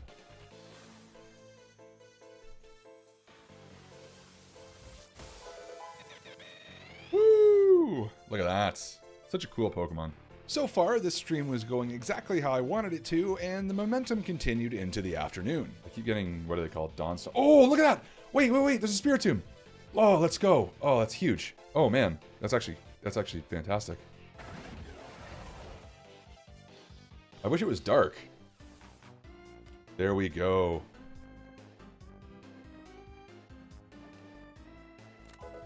Massive. So we don't have to find a deep dark anymore. Nice. Very good, Shelly. Still in need of a desert for a handful of remaining Pokemon, I continued wandering around, training at my party of Pokemon where I could. Later on, I found a chest located under a large Galarian tree that was filled with more golden apples, which I gladly took. The next couple of days, I searched for the biome I needed with no luck. I did come across a legendary structure in which I had no use for, so I made sure to take all the valuable items before heading out again. It wasn't until the sun had set on day 90 when I finally found the desert I had been looking for. Let's go! Yes, thank God. Oh my goodness. Desert region, and there's a fossil structure right there, and I'm pretty sure this is the one with Shieldon in it. Oh my God, finally. And a Skorupi right there. Oh. That's hype. That is hype. Thank goodness. Holy. Skorupi added to the total. Pokemon number 79. Oh, there's a Drapion over there too. Huge. Level 42? The question is, am I going to take this thing out with like a stomping tantrum? Yep. Are you serious? What happened to you being... I don't know why I did that. I mean, I should have just... Whatever. Upon excavating the fossil site, I found out that the armor fossil in fact did not spawn here, and I would need to instead find a sun-scorched den in a mesa or badlands. Well, I still need a Drapion, so let's find one more Skorupi. That night, I was able to find and catch a second Skorupi to evolve later, before finding one of the other desert Pokemon I needed the next morning. Oh, Hippopotas! That's another Pokemon I need. Come here, you. Hippopotas. This is our 80th Pokemon, everyone.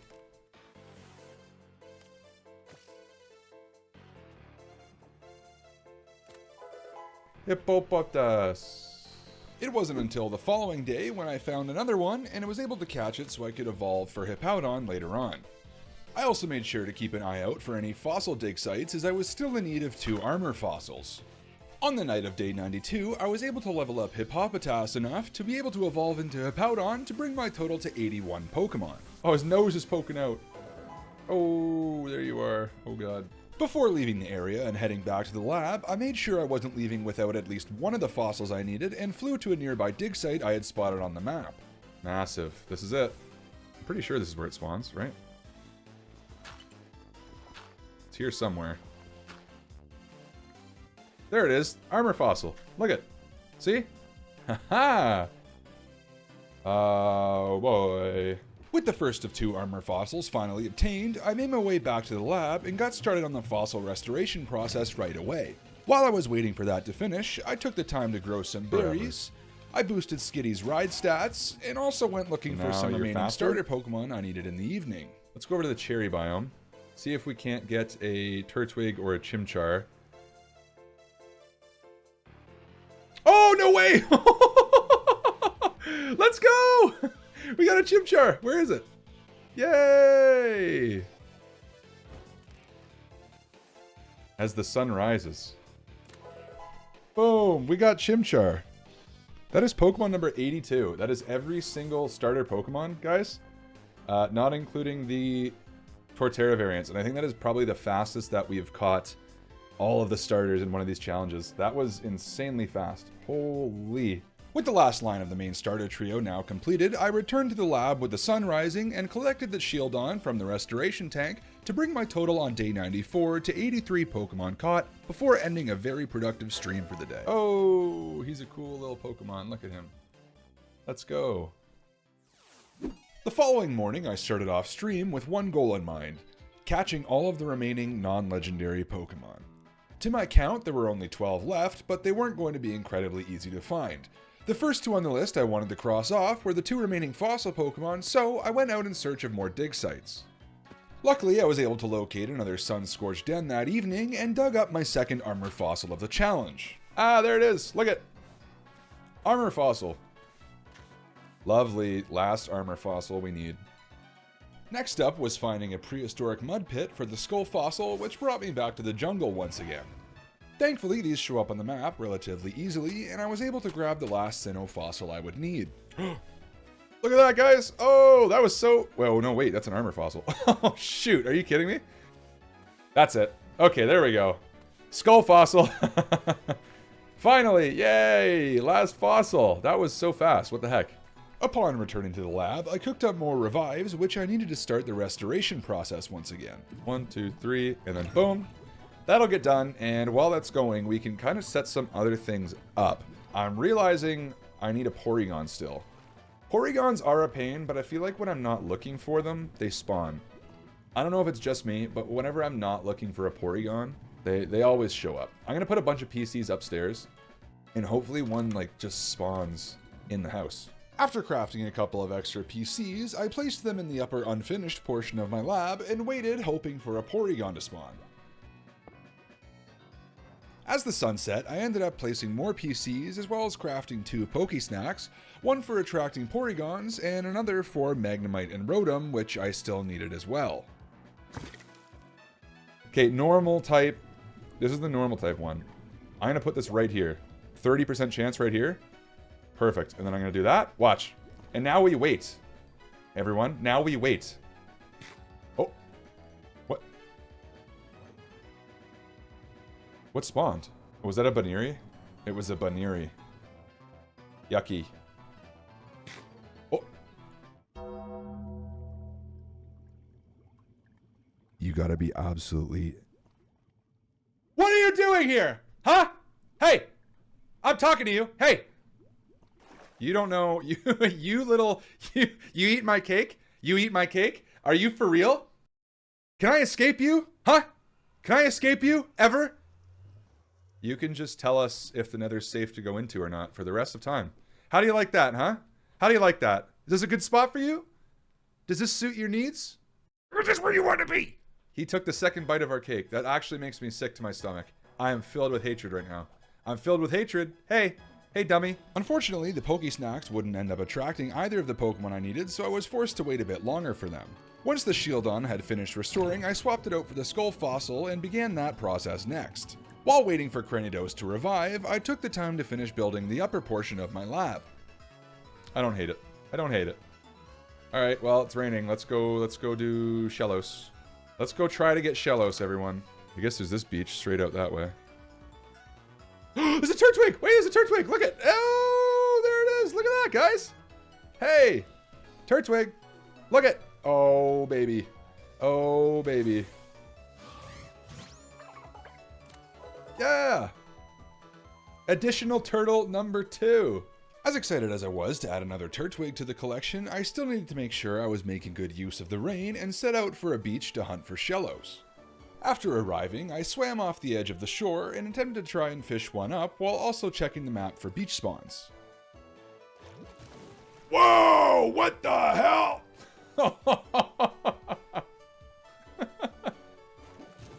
Oh no! What is going on? I just want a Shellos. It's a common Pokemon. Unfortunately, by the time it stopped raining, I hadn't had any Shellos spawn and I was once again forced to return to the lab empty-handed. The next morning, once the rain had stopped, I began constructing the roof of my lab with a very unique idea in mind. This is not going to look good. Okay? I'm acknowledging it, so it's okay. Trust, everybody. Trust the process. I think I could have gone one higher. This is not working the way I thought it would. I'm not going to lie. What was I coming back here for? I came back here for something. Oh, I was supposed to go to a cold ocean. Right, I will do that. I will do that. I will do that. We won't do the roof yet. I'll do the roof off stream. At this point, it felt like my lab might never actually get finished, but I had more important matters to attend to. I traveled back to the cold ocean and placed a door on the sea floor and waited. And waited. And waited. Until finally it started raining and I raced back to the beach once more, and it's a good thing I did. Oh my god, thank god, thank god. Oh my god, there it is. What the heck? Yay. Yay. Yippee. Woohoo. With Shellos caught, I returned to the lab to continue on with a handful of hunts. I placed redstone dust down all around the lab in hopes of drawing out a Magnemite which I still needed to evolve for Magnezone.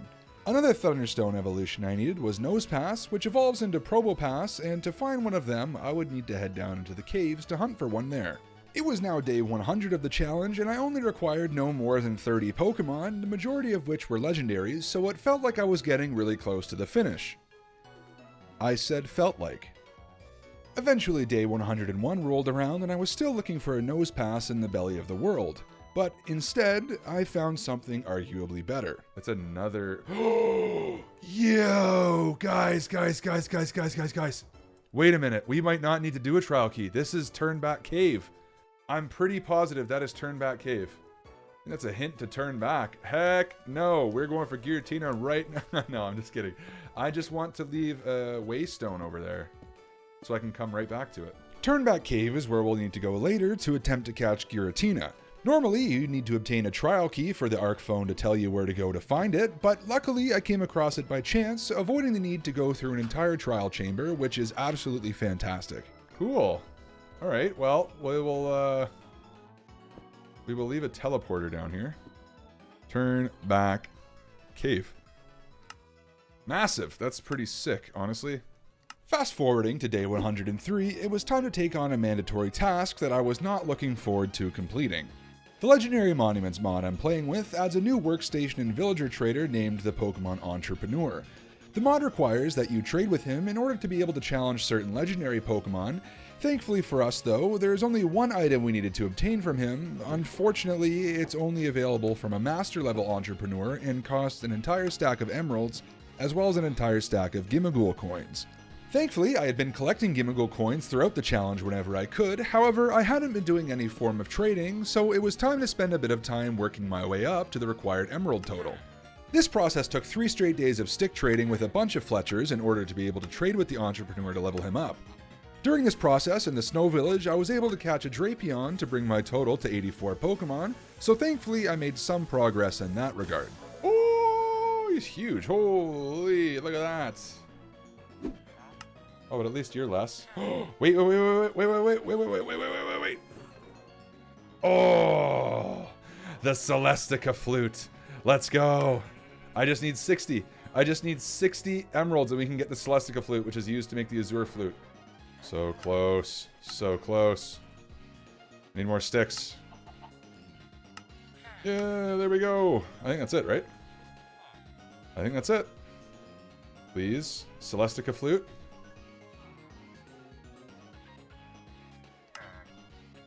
Let's go. Oh my god, that was annoying. Celestica flute, there we go. This item right here, that we need to build a Azure flute using the Dialga Palkia and Giratina orbs that we get once we catch them. But now we have it. So there we go. We have it. We have it, we have it, we have it. I wasn't ready to go after any of those legendary Pokemon yet, but I was more than thrilled to have that tedious task completed and out of the way ahead of time. Once I had dropped the flute off at home and took the time to check out what Pokemon I was still in need of, I decided to fly out and attempt to get Luminion crossed off my catch list next. It didn't take long before I found a Finion I was able to catch, which I would use to evolve into Luminion later in the challenge. Returning to the surface, I noticed it was raining once again, which meant I could go looking for another Pokemon I still needed that only spawns during the rain in Krogunk, so I quickly made my way over to the nearest jungle and began searching for the little guy. Okay!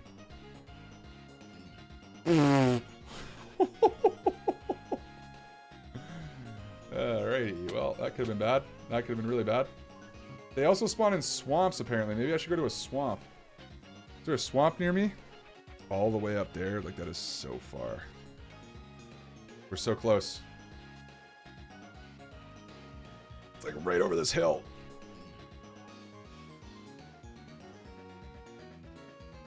Krogunk, let's go. There's one.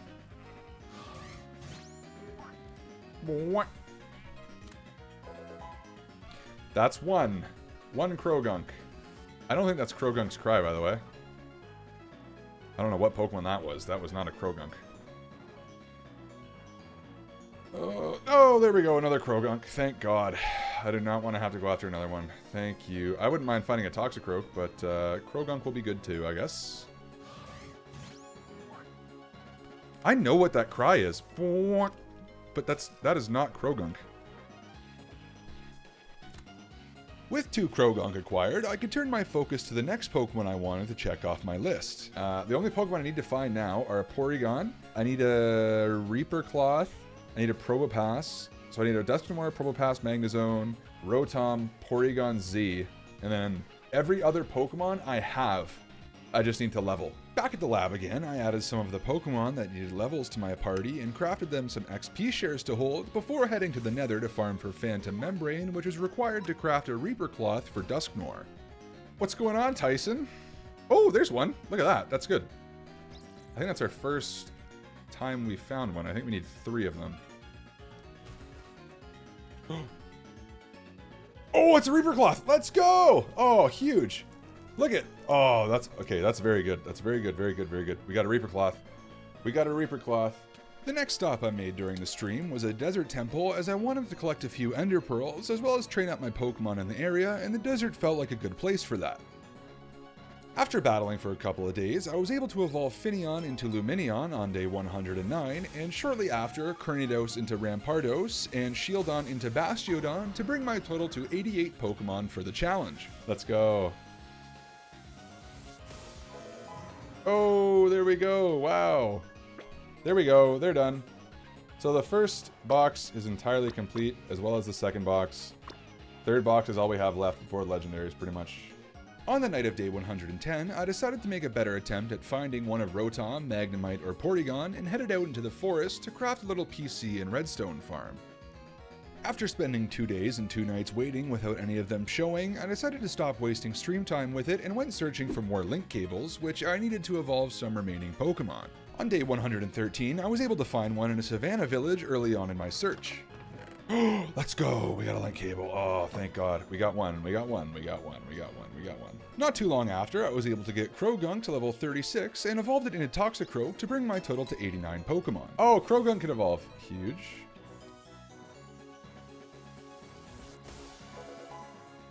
In the evening, I was also able to evolve one of my Duskull into Dusclops, and the following day found another link cable in another village chest. Oh, let's go, another link cable. Boom! baby. There we go. I think that's it. I don't think we need another one. Right? Because what are we missing? Oh, right. I need one to evolve Porygon into Porygon 2. Correct. That could be annoying, but I feel like I might have one at home. Wondering if I needed to keep searching for another link cable, I returned to the lab to see if I had one in my storage. Please have a link cable. Oh my god. Oh, we have one. Thank god. Okay, I'm going to evolve Dusclops. Dusclops. There we go. Oh, there's a Turtwig! There's a Turtwig! Guys, look! Do you see the Turtwig? Let's go, the Turtwig! Oh, hype, hype, hype, hype, hype.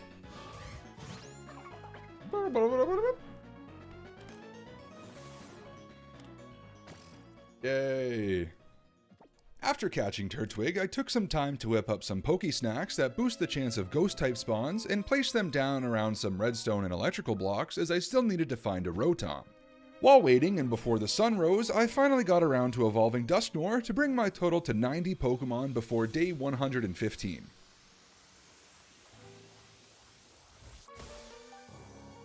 Oh, look at him. Oh, he's so cool. I love Dusknoir. Wait, so I can ride on you, right? Yeah.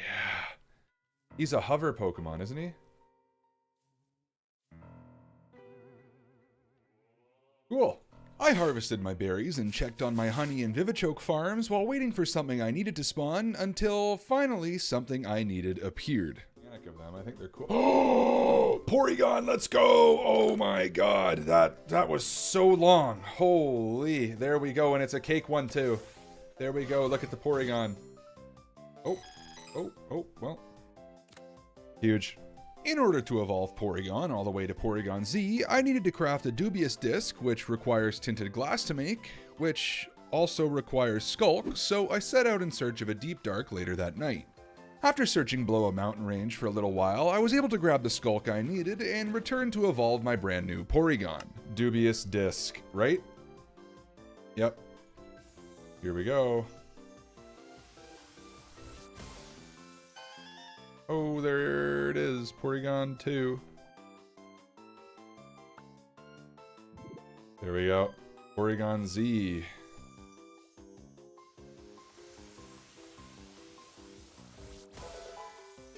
Oh, there it is. Oh, look at that. Gross. Finally, we got Porygon Z. Holy, that was crazy.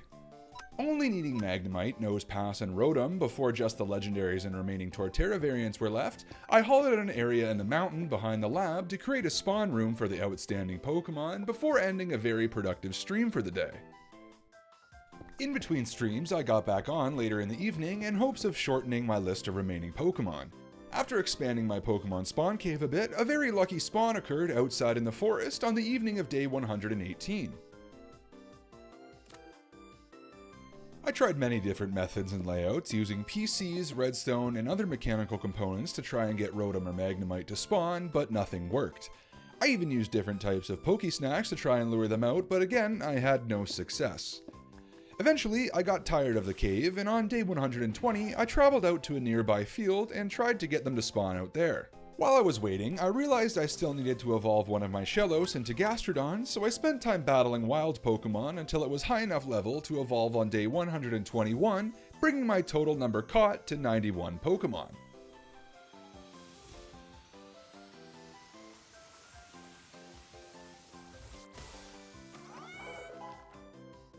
That night, I decided I would attempt to cross another Pokemon off the list instead of waiting around for Pokemon to spawn, and traveled out to a large cave system to search for Nosepass. Nosepass felt like one of those Pokemon I always saw while traveling the world or caving, but when it came time to find one, it was nowhere to be seen. Eventually though, I was able to locate and catch one the following day before traveling back to the lab to evolve it into Probopass, boosting my total to 92 Pokemon.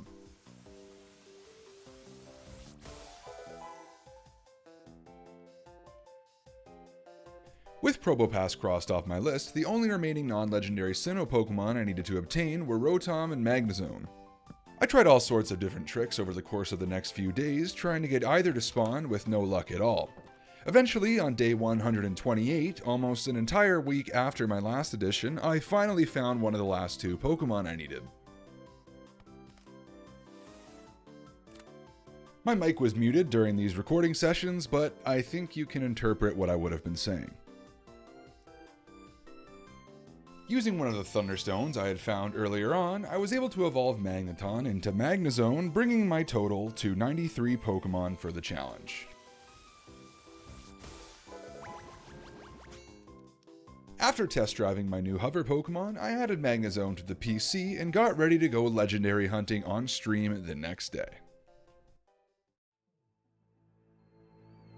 On the morning of day 130, it was time to begin hunting the Sinnoh legendary Pokemon. After days and hours lost looking for Rotom with no success, I couldn't wait any longer. Before getting started, I made sure to craft an excess amount of Pokeballs, including Quick Balls, Ultra Balls, and yes, Timer Balls. In order to find the legendaries in the structure they dwell within, I'll be using the Arc Phone's legendary tracker feature paired with a unique item for each of the legendary Pokemon. If you have an item in your inventory that the map requires to find a certain location or structure, it will tell you exactly where it is. So, we are going to start, as I said, with the Lake Trio. And in order to find them, you actually need... Okay, wait, do I have the items necessary to do this? I know I have a mushroom. I picked up a mushroom earlier. Tell me I have a mushroom. Do I actually not have a mushroom?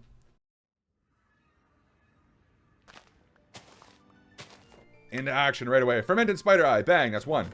That's one item. We also need sweet berries. And we need glowberries. Using the Arc Phone's locator app with the required items in my inventory, it will tell me the exact coordinates of every structure I have the corresponding item for. In this first case, the Fermented Spider Eye will lead us to Lake Valor, where we can challenge an attempt to catch Azelf. I've decided to challenge the Lake Trio first, as each of them drops an item that is necessary to craft the Red Chain, which is required to summon Dialga or Palkia at Spear Pillar. Once I had the coordinates for Lake Valor located, I flew off to begin my long and final journey of the challenge. On my way there, I stopped to fight a Sigilyph and was able to collect an Ender Pearl, and after a full day of traveling, I arrived at my first destination. Here we go, everyone. Oh my god, there it is, look. It's like a spawner. Oh boy, this is terrifying. Oh no, it's a raid thing. Could be harder, I guess. This could be a little harder. There's more! Oh my goodness. We have to take them on. Let's see. An Overquill! Stomping Tantrum. Dragon Claw. Once I had defeated Azelf's trial, the spawner dropped a Proof of Conquest item that would now allow me to challenge the first of the Sinnoh Lake Trio. There we go. That's it. Proof of Conquest. Guys, I'm really scared. I'm not gonna lie. I'm not gonna lie. I'm pretty sure if we botch this, I don't think we get another try. Here we go. Oh, Azelf! Look at it! There it is! Oh boy! Finally! The Proof of Conquest surges with willpower. Hey, wait, come here, come here, come here. Here we go. What are you doing up there? Come here. Throw a quick ball.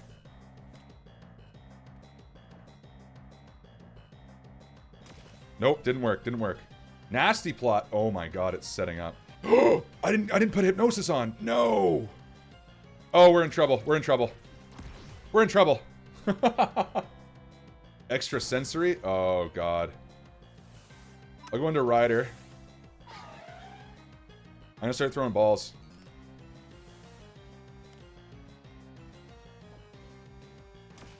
Uh-oh.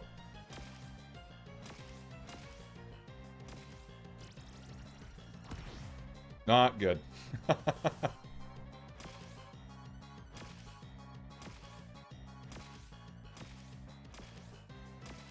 See ya, Shelly. Okay, hold on. Okay, we gotta go into Avery here, I guess. Can I get a crit catch or something? Let's go! Yeah! Yeah! Our first legendary, guys. We got Azelf. Let's go. Huge. Huge. Good thing I didn't panic there, guys. Good thing I didn't panic there. Oh, we got Azelf's Fang, which is used to make the Red Chain, which is exciting. Big hype indeed, big hype indeed. That's it. That's the first one done. We can now head back. Actually, I guess we can start checking out where the other ones are. As Elf brought my total to 94 Pokemon, meaning next up on my list would be Mesprit at Lake Verity. Using the Arc Phone again with the glow berries in my party, I was able to locate Lake Verity a little more than 5,000 blocks west from here and arrived the following morning on day 133. Oh, it's a lovely day to go after Mesprit. Here we go.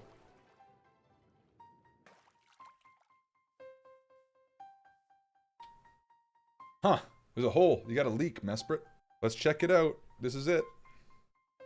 The Mesprit trial. It's Goomy. Oh, hi, Goomy. So cute. R.I.P. Goomy and Sligoo. Oh, look at this guy. It's Vert's henchman.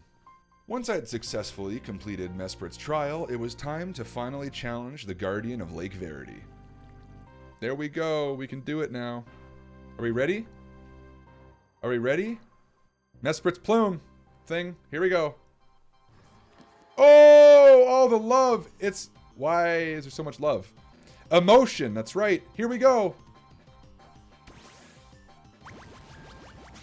There we are.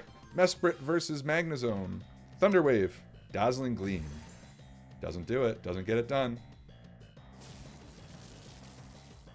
Do we think I can Volt Switch it and not take it out? Probably, right? Ah! I'm gonna go for False Swipe, actually. Oh, I should have gone for Swords Dance. Alright, bye. Right. Do you think I can still Volt Switch with Magnezone? Actually, I'm not going to risk it. There's no point in risking it. Start throwing Ultra Balls.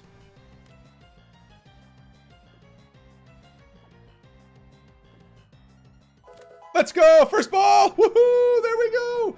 That'll be Magnezone. Magnezone coming in clutch. Yeah, look at it back there. He's just bobbing and weaving. Oh my god. He's overseeing. He's overseeing. That's right. Mesprit's plume. That will help us craft the red chain. Big hype. Big hype. I can add that to the Pokedex. We only have 12 Pokemon left, right? 12 Pokemon? 12 Pokemon left. With Mesprit caught and its plume obtained, there was only one Lake Guardian remaining at Lake Acuity. Thankfully, this one ended up being the closest of the three to an area I had already traveled to, and I was able to reach my destination at nightfall. Here we go. Here we go. Oh, look at the baby Zoruas. Once I had taken out the Zorua and Zoroark and completed the trial, it was time to challenge Uxie. There it is.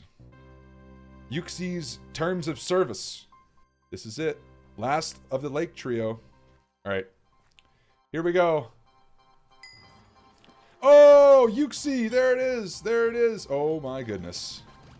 Bert, please! Square up! Square up, Bert! Thunderwave. Oh no. You're living that, Bert. You're living that. You're living that. Land a Thunderwave. Massive, Bert. Massive, Bert. Let's go. I got an idea. We're going to go for some Screeches. So Gallade comes in and just nails it. Oh no. There goes Bert. That was a crit. That was a crit. False Swipe. One more False Swipe is all we need. That's it. That's all we're doing. That's all we're doing. We're not risking anything else here. We're not risking anything else here.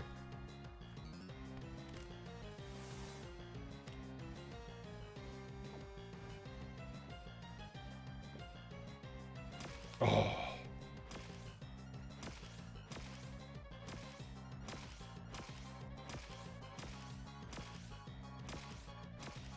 This is the longest battle so far.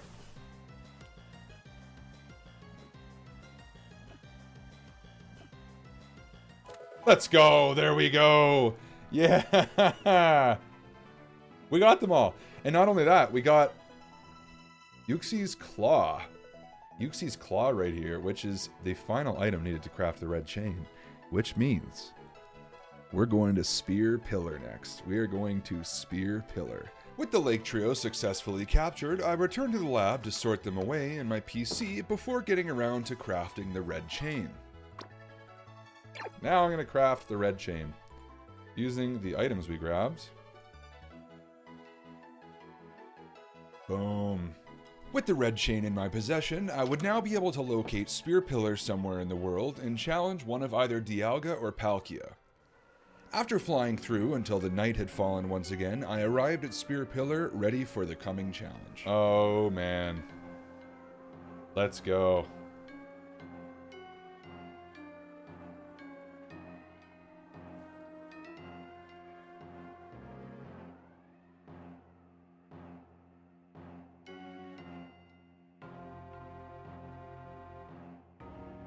All right.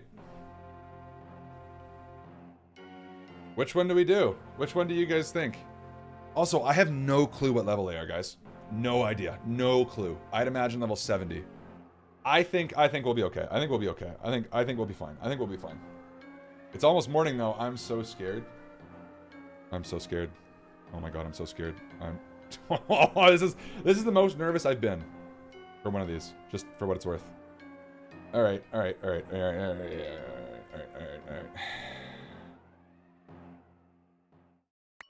Oh! Dialga! Oh my god! Look at it! Hey! I'm sorry! Oh, I'm sorry! Oh god. Look at it. Look at him. Thunderwave! It missed! It's level 70! Please hit this, please hit this, please hit this! Well done, Bert. Well done, Bert. Well done, Bert. Aura Sphere. We're in trouble. I'm going into Gawain. I'm going for Sacred Sword.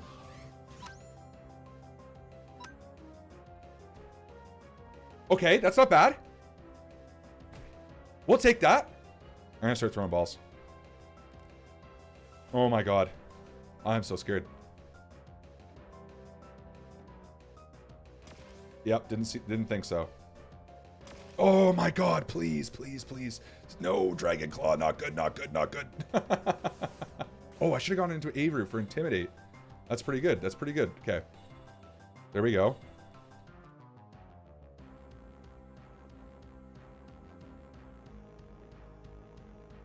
Let's go! Oh!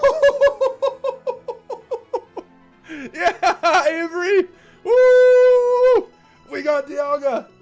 We got Dialga! Let's go! That's so hype! Oh my god! Oh, the red chain broke though. Look it, the red chain's broken. Not good. We need to fix that. So we need to go to the distortion world. With Dialga added to my total, I now only had 10 Pokemon remaining before the challenge was complete. With it, I was also able to obtain Dialga's Time Globe, one of the 3 items needed to craft the Azure Flute along with the Celestica Flute. Chat and I then decided I would switch up the type of legendary I was going after next, and chose to head to the Nether to search for Heatran. Using the Magma Stone as a guide, I was able to traverse the lakes of lava to locate Stark Mountain deep inside the Nether. Once I had arrived, I had to navigate through a labyrinth-style structure to find the Heatran pedestal in the core where I could summon it using the Magma Stone. Ah! No! No, no, no, no, no! No, no, no, no, no, no. Hey! Stop trying to drop shot me. Stop! I'm a PvE god. Yep. Clip it, post it, put it in the highlight reel. You will never see a gamer move of that caliber again. I promise you that. This guy is got an estate. Yeah, this, I guarantee you, Heatran probably don't need all this. Probably does not need all this. Oh, it's like 47. It's like 20. There's a bunch of them. Hold up. Hey. Hey, Stinky. Oh, my bad. Yeah, not a big deal, everyone. Not a big deal. Your Pokemon can fight them? I wouldn't do that to my Pokemon, though. See? That's more of a, an obsidian type of mindset that we try to stay clear of that here. Hey, Heatran, where are you at, pal? This is getting a little crazy. This is getting just slightly silly. Oh, there you are. Yeah, this isn't ominous at all. Where's Buck? With the Magma Stone in hand, it was now time to take on my next legendary battle of the challenge. Alright, everyone, here we go. Oh! Look at him. There he is. Imagine he just starts, like, beating me up. Heatran appears. Oh! Oh, it's only level 50? We're chilling. Okay, well, we're not... Okay, well, okay. See, okay, well... Is it living a drain punch? Is it living a drain punch? Okay, you know what? I'm just gonna ball it. You never know.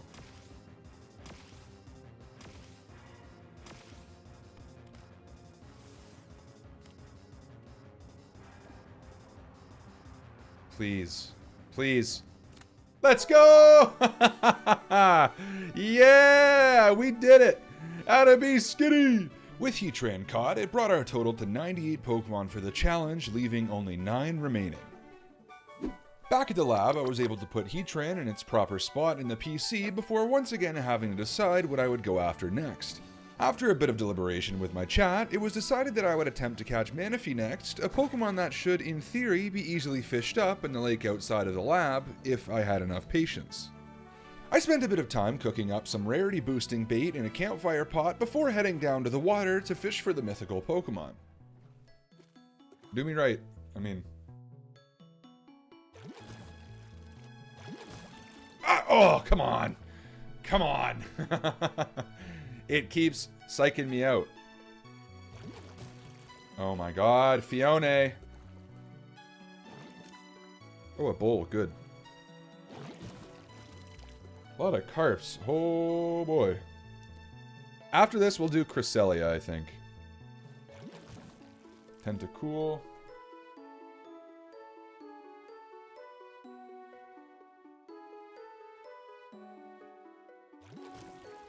Let's go! Woo! There we go, it's Manaphy! Oh, hype, hype, hype. Come here.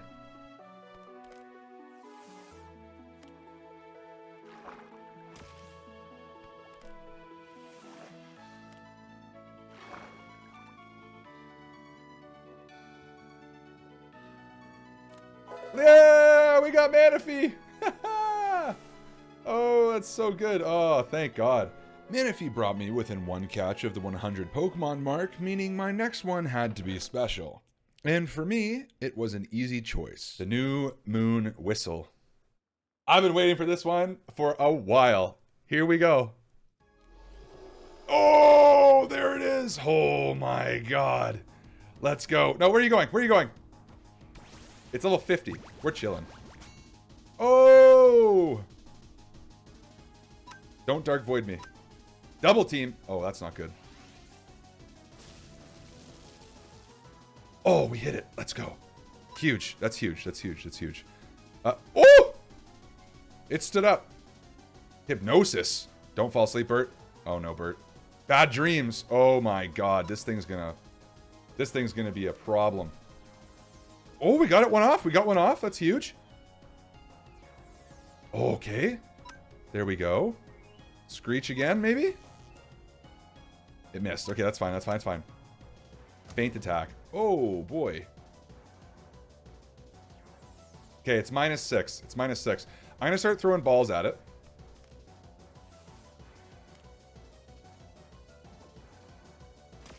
Okay, didn't think so.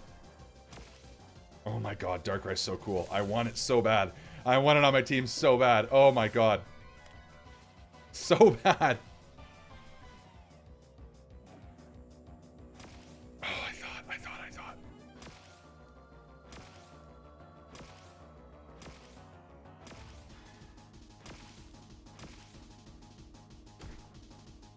That's some decent damage. We'll take that. It's raining? No, I don't want the rain. Come on.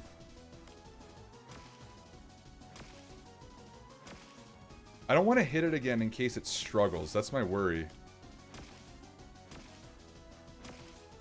It's turn 32. Come on, the timer balls have to do something. This is crazy.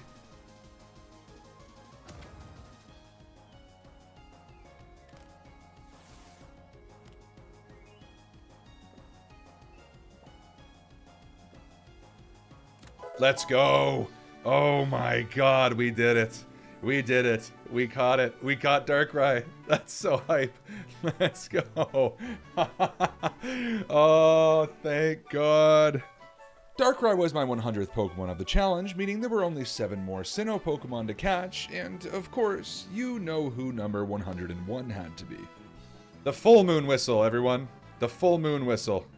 Here we go. Oh, Cresselia, hi! Look at you! Oh, it's so nice looking. Wow. Let's go Thunder Wave again. Slash. We're living that. We're living that. We're getting a Thunder Wave off. Bert just does not miss Thunder Waves. I'm going to be honest, guys. It's kind of crazy. Screech on Cresselia. Let's start throwing Dusk Balls. Let's just try. Okay, well, okay. Alright, well, I'm going to try with an Ultra Ball, guys. That Dusk Ball. I don't like Dusk Balls in Cobblemon. They don't work that well.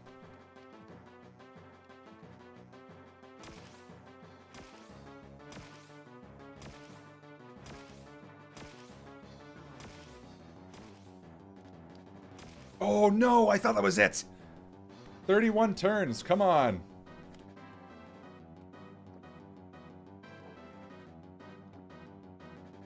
Yeah! Yeah, Gawain, let's go! Oh my God. Hype. That is so hype. I cannot believe that. We got them. Finally, we got them. With the Moon Duo added to the total, it was time to get another Pokemon catch out of the way. I added Darkrai to my party before flying out once again to a nearby field with the goal of finally crossing Rotom off my list. I had spent nearly 5 to 6 hours on and off stream searching for this Pokemon, but it continued to evade me. After setting up an area for Rotom to spawn, I placed down some Ghost and Electric type Poke Snacks in hopes of boosting its spawn chance and proceeded to wait. Again.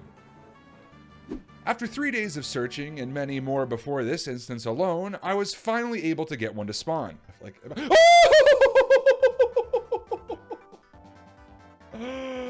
it's level 75? Actually die. Actually die. Actually die. Get in that boat. Oh my God. Oh my God. Are you for real? Why are you level 75? What is wrong with you?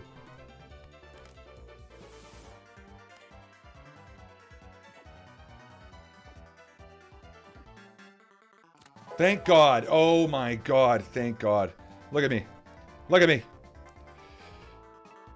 Look how stressed my guy looks. He's like, I can't believe what I've just gone through for this long. That is disgustingly cruel and unusual punishment.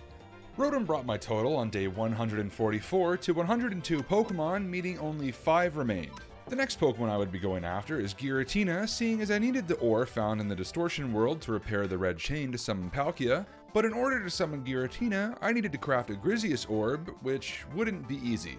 How? I need to do what? Pardon me? A Grizius Orb. I need Ghost Gems. Where do I get Ghost Gems? And Dragon Gems. I don't have those. I have 1 Ghost Gem. Oh God, this is gonna suck. Hoping to find Ghost Gems and Dragon Gems, I went exploring and raiding through Turnback Cave in hopes of finding the gems I needed in the trial loot spawners.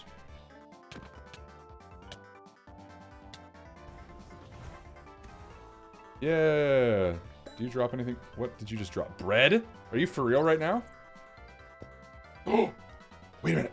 Oh, Ghost Gem. Huge. Okay. That's garbage.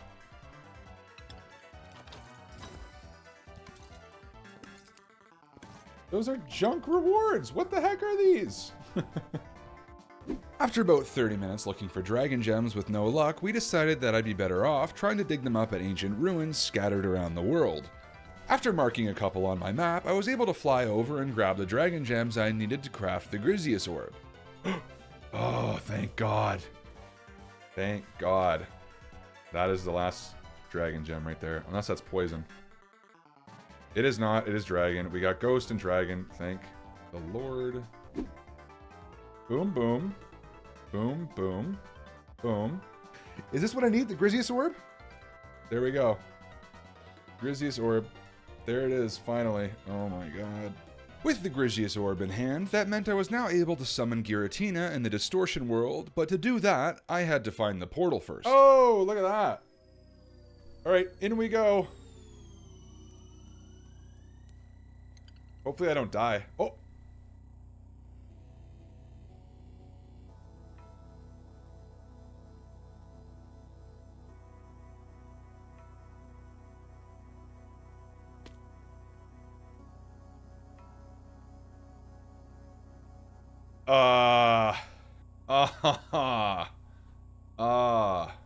Wow, this is nuts.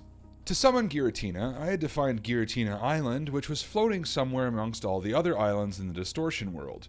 I was also here for something else I couldn't forget. Origin Ore. Flying through the Distortion world. This is actually so cool, man. Oh, there's some right there. Hold on, time out, time out. I see some. With the Origin Ore, not only was I able to repair the red chain, but smelting one down into an Origin ingot would lead me directly to Giratina Island. Let's see what we get here. Origin turns into an Origin ingot. So we also need a bunch of that to recraft the red chain, but I don't know how much we need, so I'm gonna try to like grab a bunch of this before we head out of here, I think. Giratina Island is... what? It's west? 200 blocks?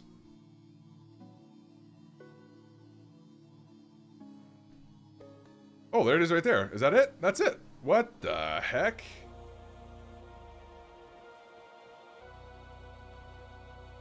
Oh boy. This looks insane. Why is it so framey all of a sudden? Before taking on Giratina, I wanted to grab a bit more Origin Ore for the chain, so I flew around the area looking for more. There's some. Yeah, there's some. I was able to gather a few more before battling Giratina and had collected 6 ingots, not knowing whether or not it would be enough. However, it was time for something more exciting. Oh my god, it's so framey. Oh god. There we go. Hopefully this glass goes away. This is ridiculous. With the Griseous Orb at the ready, it was time to take on the Lord of the Distortion world. Oh my god, no! Oh, look at him! Oh boy! Alright, we're in a battle? Wait, no. Wait, come here. How do I battle you? Where's your hitbox? Where's your hitbox? Oh no! There it is. Oh god. Alright, well, fight. I gotta go for Thunder Wave. I gotta go for Thunder Wave. Please hit. Please hit. Please hit. Let's go. Okay, huge. I should not go for Hex. I should go for Discharge. Dragon Claw. Okay, that's not ideal, but it's okay. He looks so good. Okay, one more Discharge and I'm gonna start throwing Pokeballs. Oh, it's a crit! Oh god! Oh god! I don't wanna mess with crits. I don't wanna mess with crits. Start throwing balls. Start throwing balls. Did that go in? I don't know where to throw these. Down there. Okay, here we go. Rotom's freaking out. Please! Okay. Oh, this is not gonna be easy. This is not gonna be easy. Oh, this is not gonna be easy. Oh, God. I'm just jumping around. Oh! Let's go! Ooh! Yeah! Yeah! We got the antimatter globe. Oh, huge. We did it. Oh my god. Oh my god. We got Giratina. Giratina brought my total to 103 Pokemon for the challenge and also gave me the Antimatter Globe, meaning I only needed Palkia's item to be able to craft the Azure Flute. Back at the lab, I crafted an anvil to repair the red chain, but I found out I didn't have enough Origin ingots, so I had to travel back to the Distortion world quickly to grab more before I was able to fix it. Wow, that really breaks fast, huh? Once I had collected enough ingots, I was able to repair the red chain, meaning I could now return to Spear Pillar to challenge Palkia.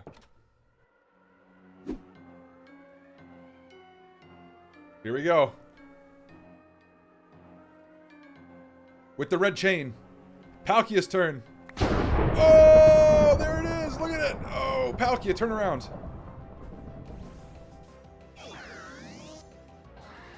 Oh. Let's do this. Okay. Same strat. Okay, we got the Paralyze. That's big. I think we go for Shadow Ball because I don't want to go for Discharge. Okay, that's a lot of damage. My goodness. I'm gonna start throwing balls. Throwing Pokeballs. Okay, I was gonna say there's no chance, right? Come on.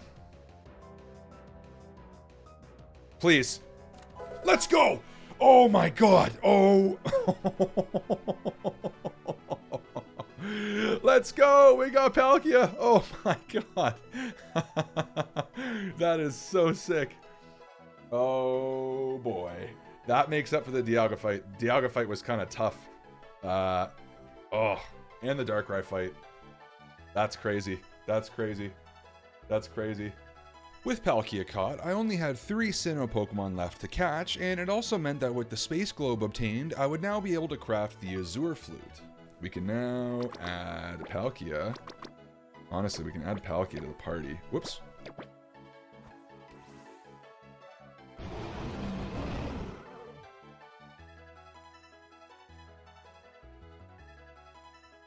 Back at the lab in the evening, I decided to end the stream there, setting us up for a crazy final stream of the challenge the following day. Getting started the next morning for the Sinnoh Living Dex finale, I only had 3 Pokemon to catch, not including the Torterra variants. Shaman, Regigigas, and the god of all Pokemon himself, Arceus. Seeing as Shaman was the only wild spawn Pokemon of the 3, I decided to make some lure cakes using what golden apples I had remaining in hopes of being able to speed up the spawn process, as I've had some very long legendary hunts in the past without them. Once they were done and chat was ready, we set out for the meadow behind the lab to hunt for Shaman. Once I was set up in the field, the hunt went on for a couple of days. I slept away the nights as Shaman can only spawn during the day, and luckily, a few days later, on day 153, it finally appeared. How's my day going? My day is going swimmingly. I am very much... Oh, let's go! It didn't even spawn near the thing! Oh my god! Why is it so big? Pardon me? Why are you so big? Hello? Hello? Look at the size of it!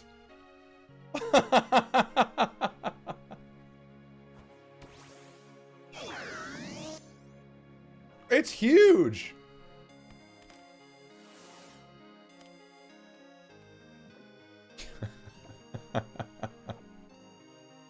Yeah!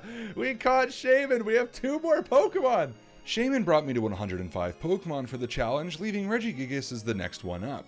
In order to unlock Regigigas in Snow Point Temple, we need to craft the Titan Key, which is crafted using 3 unique plates, held by Regice, Registeel, and Regirock. Normally, you would have to go and catch all 3 of them to obtain these plates, but thankfully, we caught them in the last video. In order to craft the Titan Key, we need the plates from Regice, Registeel, and Regirock. Thankfully,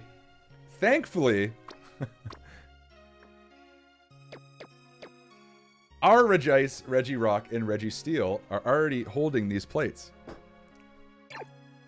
So anyways, once we take these plates, which we have earned, obviously, from catching them in the previous generations, we can craft the Titan Key. Once I'd collected all 3 plates from the Hoenn Golems, I was able to craft the Titan Key, meaning I could now unlock Regigigas' chamber within Snow Point Temple. We have the Titan Key. There it is. The Titan Key to get Regigigas. Following my arc phone northwest, I flew for a while before coming across Snow Point Temple in a wintry taiga biome. It looks so good. The builds are so nice. Crazy. Regigigas time! Look at this build. After exploring the temple for a little bit, I was able to locate Regigigas' chamber, unlocking it with the key and entering. Oh, look at that! With the key.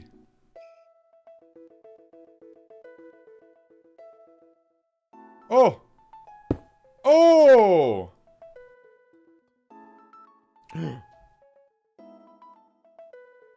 Are we ready?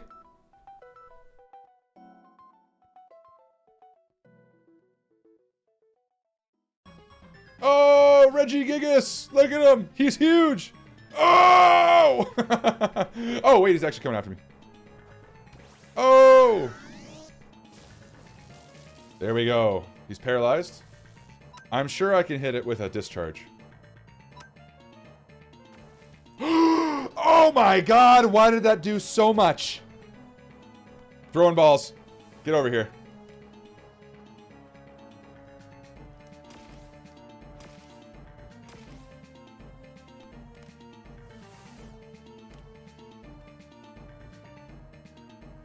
Come on.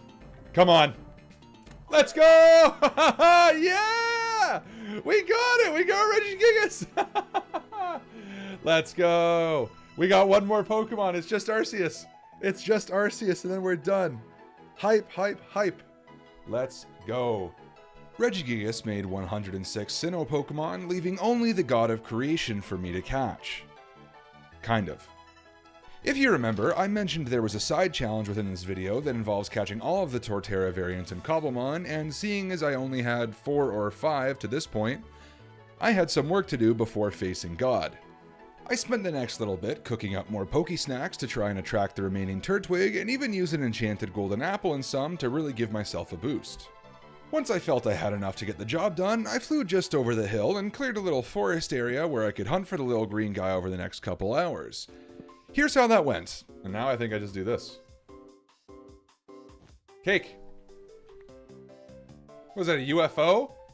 Is there a UFO in my Cobblemon world? What is that?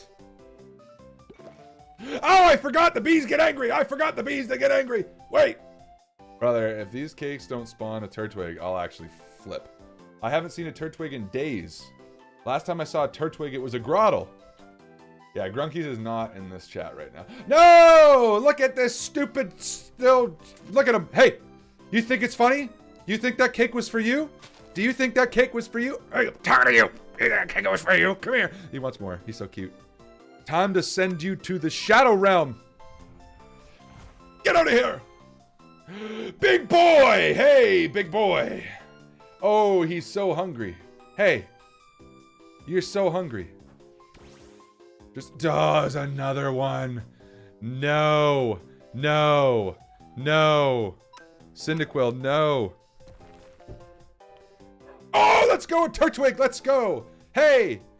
Hey. Hey, he ate the cake, guys. He ate the cake. That's hype. Turtwig. Turtwig. Hype. Woo. There's a Rowlet and a Chespin over here. There's 2 Rowlets over here. And a Chespin. Look at this. Look at this. It's crazy. Where's the other Rowlet going? There's a Quilladin? What is going on? What the? Look at the map. There's 2 Rowlets. There's a Chespin. There's a Quilladin. What are we doing? Are you cakey? Did you eat cake? Did you eat cake? Oh, he for sure ate cake. Look at him. He so ate cake. He had so much freaking cake, he doesn't know what to do with himself. How many turts to go? I think it's 4 or 5. That sounds... Oh, another Turtwig and a Rowlet and a Quilava! Wait, where are they? Look at this. Look at the gang. Look at them. They're hanging out. Look at them. The gang. I love this whole spawning in packs nonsense. There's 2 Rowlets. What is going on?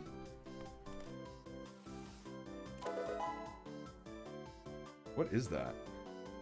Oh, whoa, an Alcremie? I've never seen that spawn ever. Look at that. That's crazy.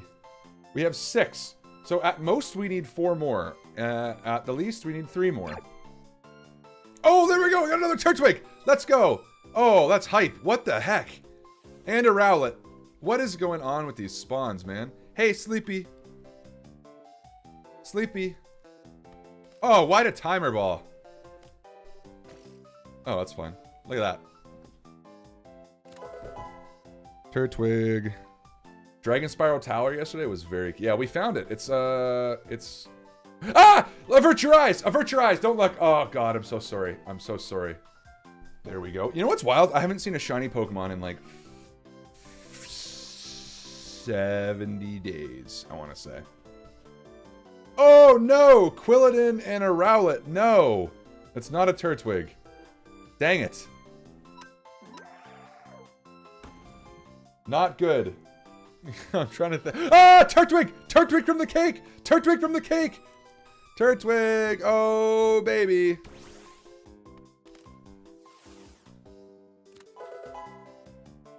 Hey, I require a turtle. I require a turtle. Oh, Vert's here. Hi, Vert. Nothing to see here. Nothing to see here. Oh, a Snorlax. That's going to be good XP. Dang. Look at this guy. Hey, look at. Heck yeah. He's just thumping around. And a Cyndaquil. No, man. Look. Oh, he's so sleepy, though. I can't even be upset. Look at him. He had cake and went right to bed. Oh, he's sleepy, too. Did you have cake as well? This guy had cake and went right to bed as well. Oh, no. Bean's dead. Is that a canon death? Oh, there's a Turtwig! There's a Turtwig up there. Oh no, did we lose it? Oh, there it is. Thank God. Let's go. One more Turtwig, guys. One more Turtwig and it's Arceus time. One more Turtwig. That's hype. Where are you? Bing. Oh, crit catch. There we go. Let's go. Oh, give me a Turtwig. It's been so long since we've seen a starter Pokemon or an ultra rare Pokemon. What are we doing? What are we doing, game? Give it to me. Someone get Slippy in here. Tell him to spawn one in real quick. It was now day 171, meaning I had been hunting Turtwig for 15 days straight on stream. I continued my hunt for another 3 days with no luck before deciding to just evolve the ones I had been trading up during this time into their Cobblemon exclusive variants. Okay, so we'll do these ones. So we'll go Dark Oak. There we go. We'll go Azalea. We'll go Cherry. We'll go Spruce. We'll go Birch. No chance. Look at the Turtwigs. Look at them all. They're all looking at each other. Well, now I have to wait till it's done raining because this sucks. So, Grottle. Evolve into Dark Oak. Let's go.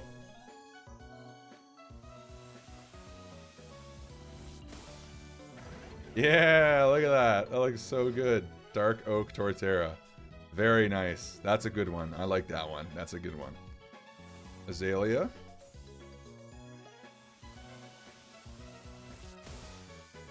Yeah, that one looks so cool. That's a nice one.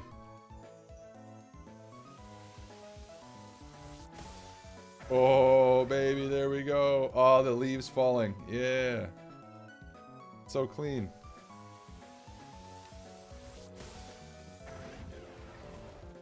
There we go. Look at that, Spruce. Birch! Look at him. Birch Torterra. Hey, that one might be my least favorite. I think this one's my least favorite. I think this one's my least favorite. Yep. Or no. Woo! There we go. Yeah. There we go, Acacia. Actually, this one's not too bad. Not too bad. Pretty good. Pretty clean. Not bad. The final Torterra variant I needed to obtain was the Swamp variant. This required me flying out to the swamp biome and evolving Grottle while it held a regular oak sapling, but I ran into a bit of an issue upon doing this. Oh, it's the coloring. But that doesn't look like... There you go, you're in a swamp biome. Well, we'll try it. We'll see what happens. It should work. Let's see. Hopefully it works. There we go. Oh, that looks like a regular Minecraft tree. Huh, interesting.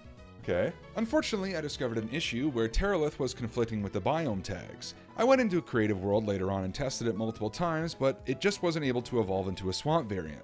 So this means, unfortunately, the regular swamp variant won't be a part of the total, so this regular Torterra is the final one that we ended up needing.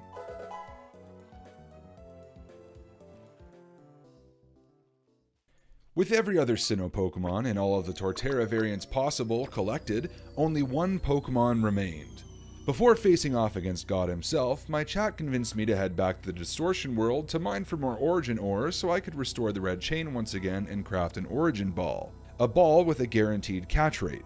just in case. And the red chain, an ancient origin ball, a guaranteed capture, which we will definitely, hopefully, probably not use, but it's nice to have. Now we need to craft the Azure Flute, which is done with the Celestica Flute, the Time Globe, Space Globe, and the Antimatter Globe. And we have the Azure Flute. Huge. There it is. This is how we do it. Here we go, guys. I'm pumped. I'm scared.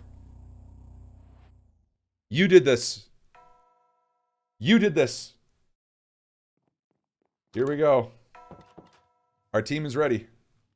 The last week and a half has brought us to this. The last week and a half. Arceus. Let's do it. Oh! Look at that! Oh my goodness. Holy! Falls off the stairs, probably. Okay. There it is! Oh my god! There it is! Oh my god! Oh my god! It's stanced up. Thunderwave. What the... That does a lot of damage. Oh, punishment. For sure. I gotta figure out where its hitbox is so I don't launch my origin ball off the cliff. Please! Nope, didn't think so. Oh my god, they're facing off. Look at his stance. He's like, hey!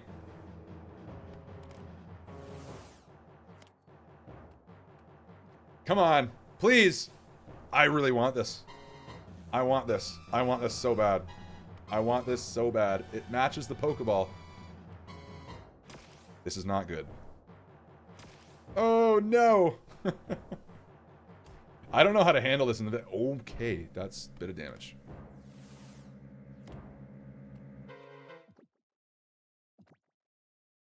Please! Yeah! Yeah! Where happened? Yay! We did it! It's over! It's over! We did it! We completed the Sinnoh Living Dex! It's done! Woo! Thank you all for being here! That's it! It's done! I can't believe that. Let's go. Let's go. Everyone that stuck it out this long stream, let's go. In our blue lab that nobody thought would work except us. Let's go. That is so hype. James Pond, that is right. I can't believe it. But I do want to thank you all again for being a part of this crazy challenge. I really, really, really love doing these. Genuinely. I really do love doing these, and the fact that I get to keep doing them over and over again so far is not something that I take for granted. So I just wanted to say thank you to everyone who's here, and thank you if you just watch the videos. It really does mean a lot to me. This is genuinely so fun, and I'm very lucky to be able to do it. So I just wanted to take a time, and thank you all for that. With Arceus finally caught after almost 200 in-game days, the Sinnoh Living Dex challenge I set out to finish was complete. Sinnoh was my introduction to the Pokemon franchise back in 2006, and I can say with 100% certainty that if it wasn't for Pokemon Diamond, I probably wouldn't be making the content that I am today. This challenge was without a doubt my favorite so far, and I know I've said that for previous videos, but I really do mean it. Getting to experience all of these challenges live on Twitch with you is an experience I do not take for granted, so I hope you all get some enjoyment out of the streams and these videos like I do. If you want to see the Gen 5 Cobblemon Living Dex challenge, hit the like button. I'm going to say we'll need 5,000 likes on this video for me to do it, so make sure you drop a like on the way out, and subscribe if you want to see more of my content in the future. But with all that said, that's going to do it for me here today, guys. I appreciate you all for clicking on and watching this video. I will see you again soon.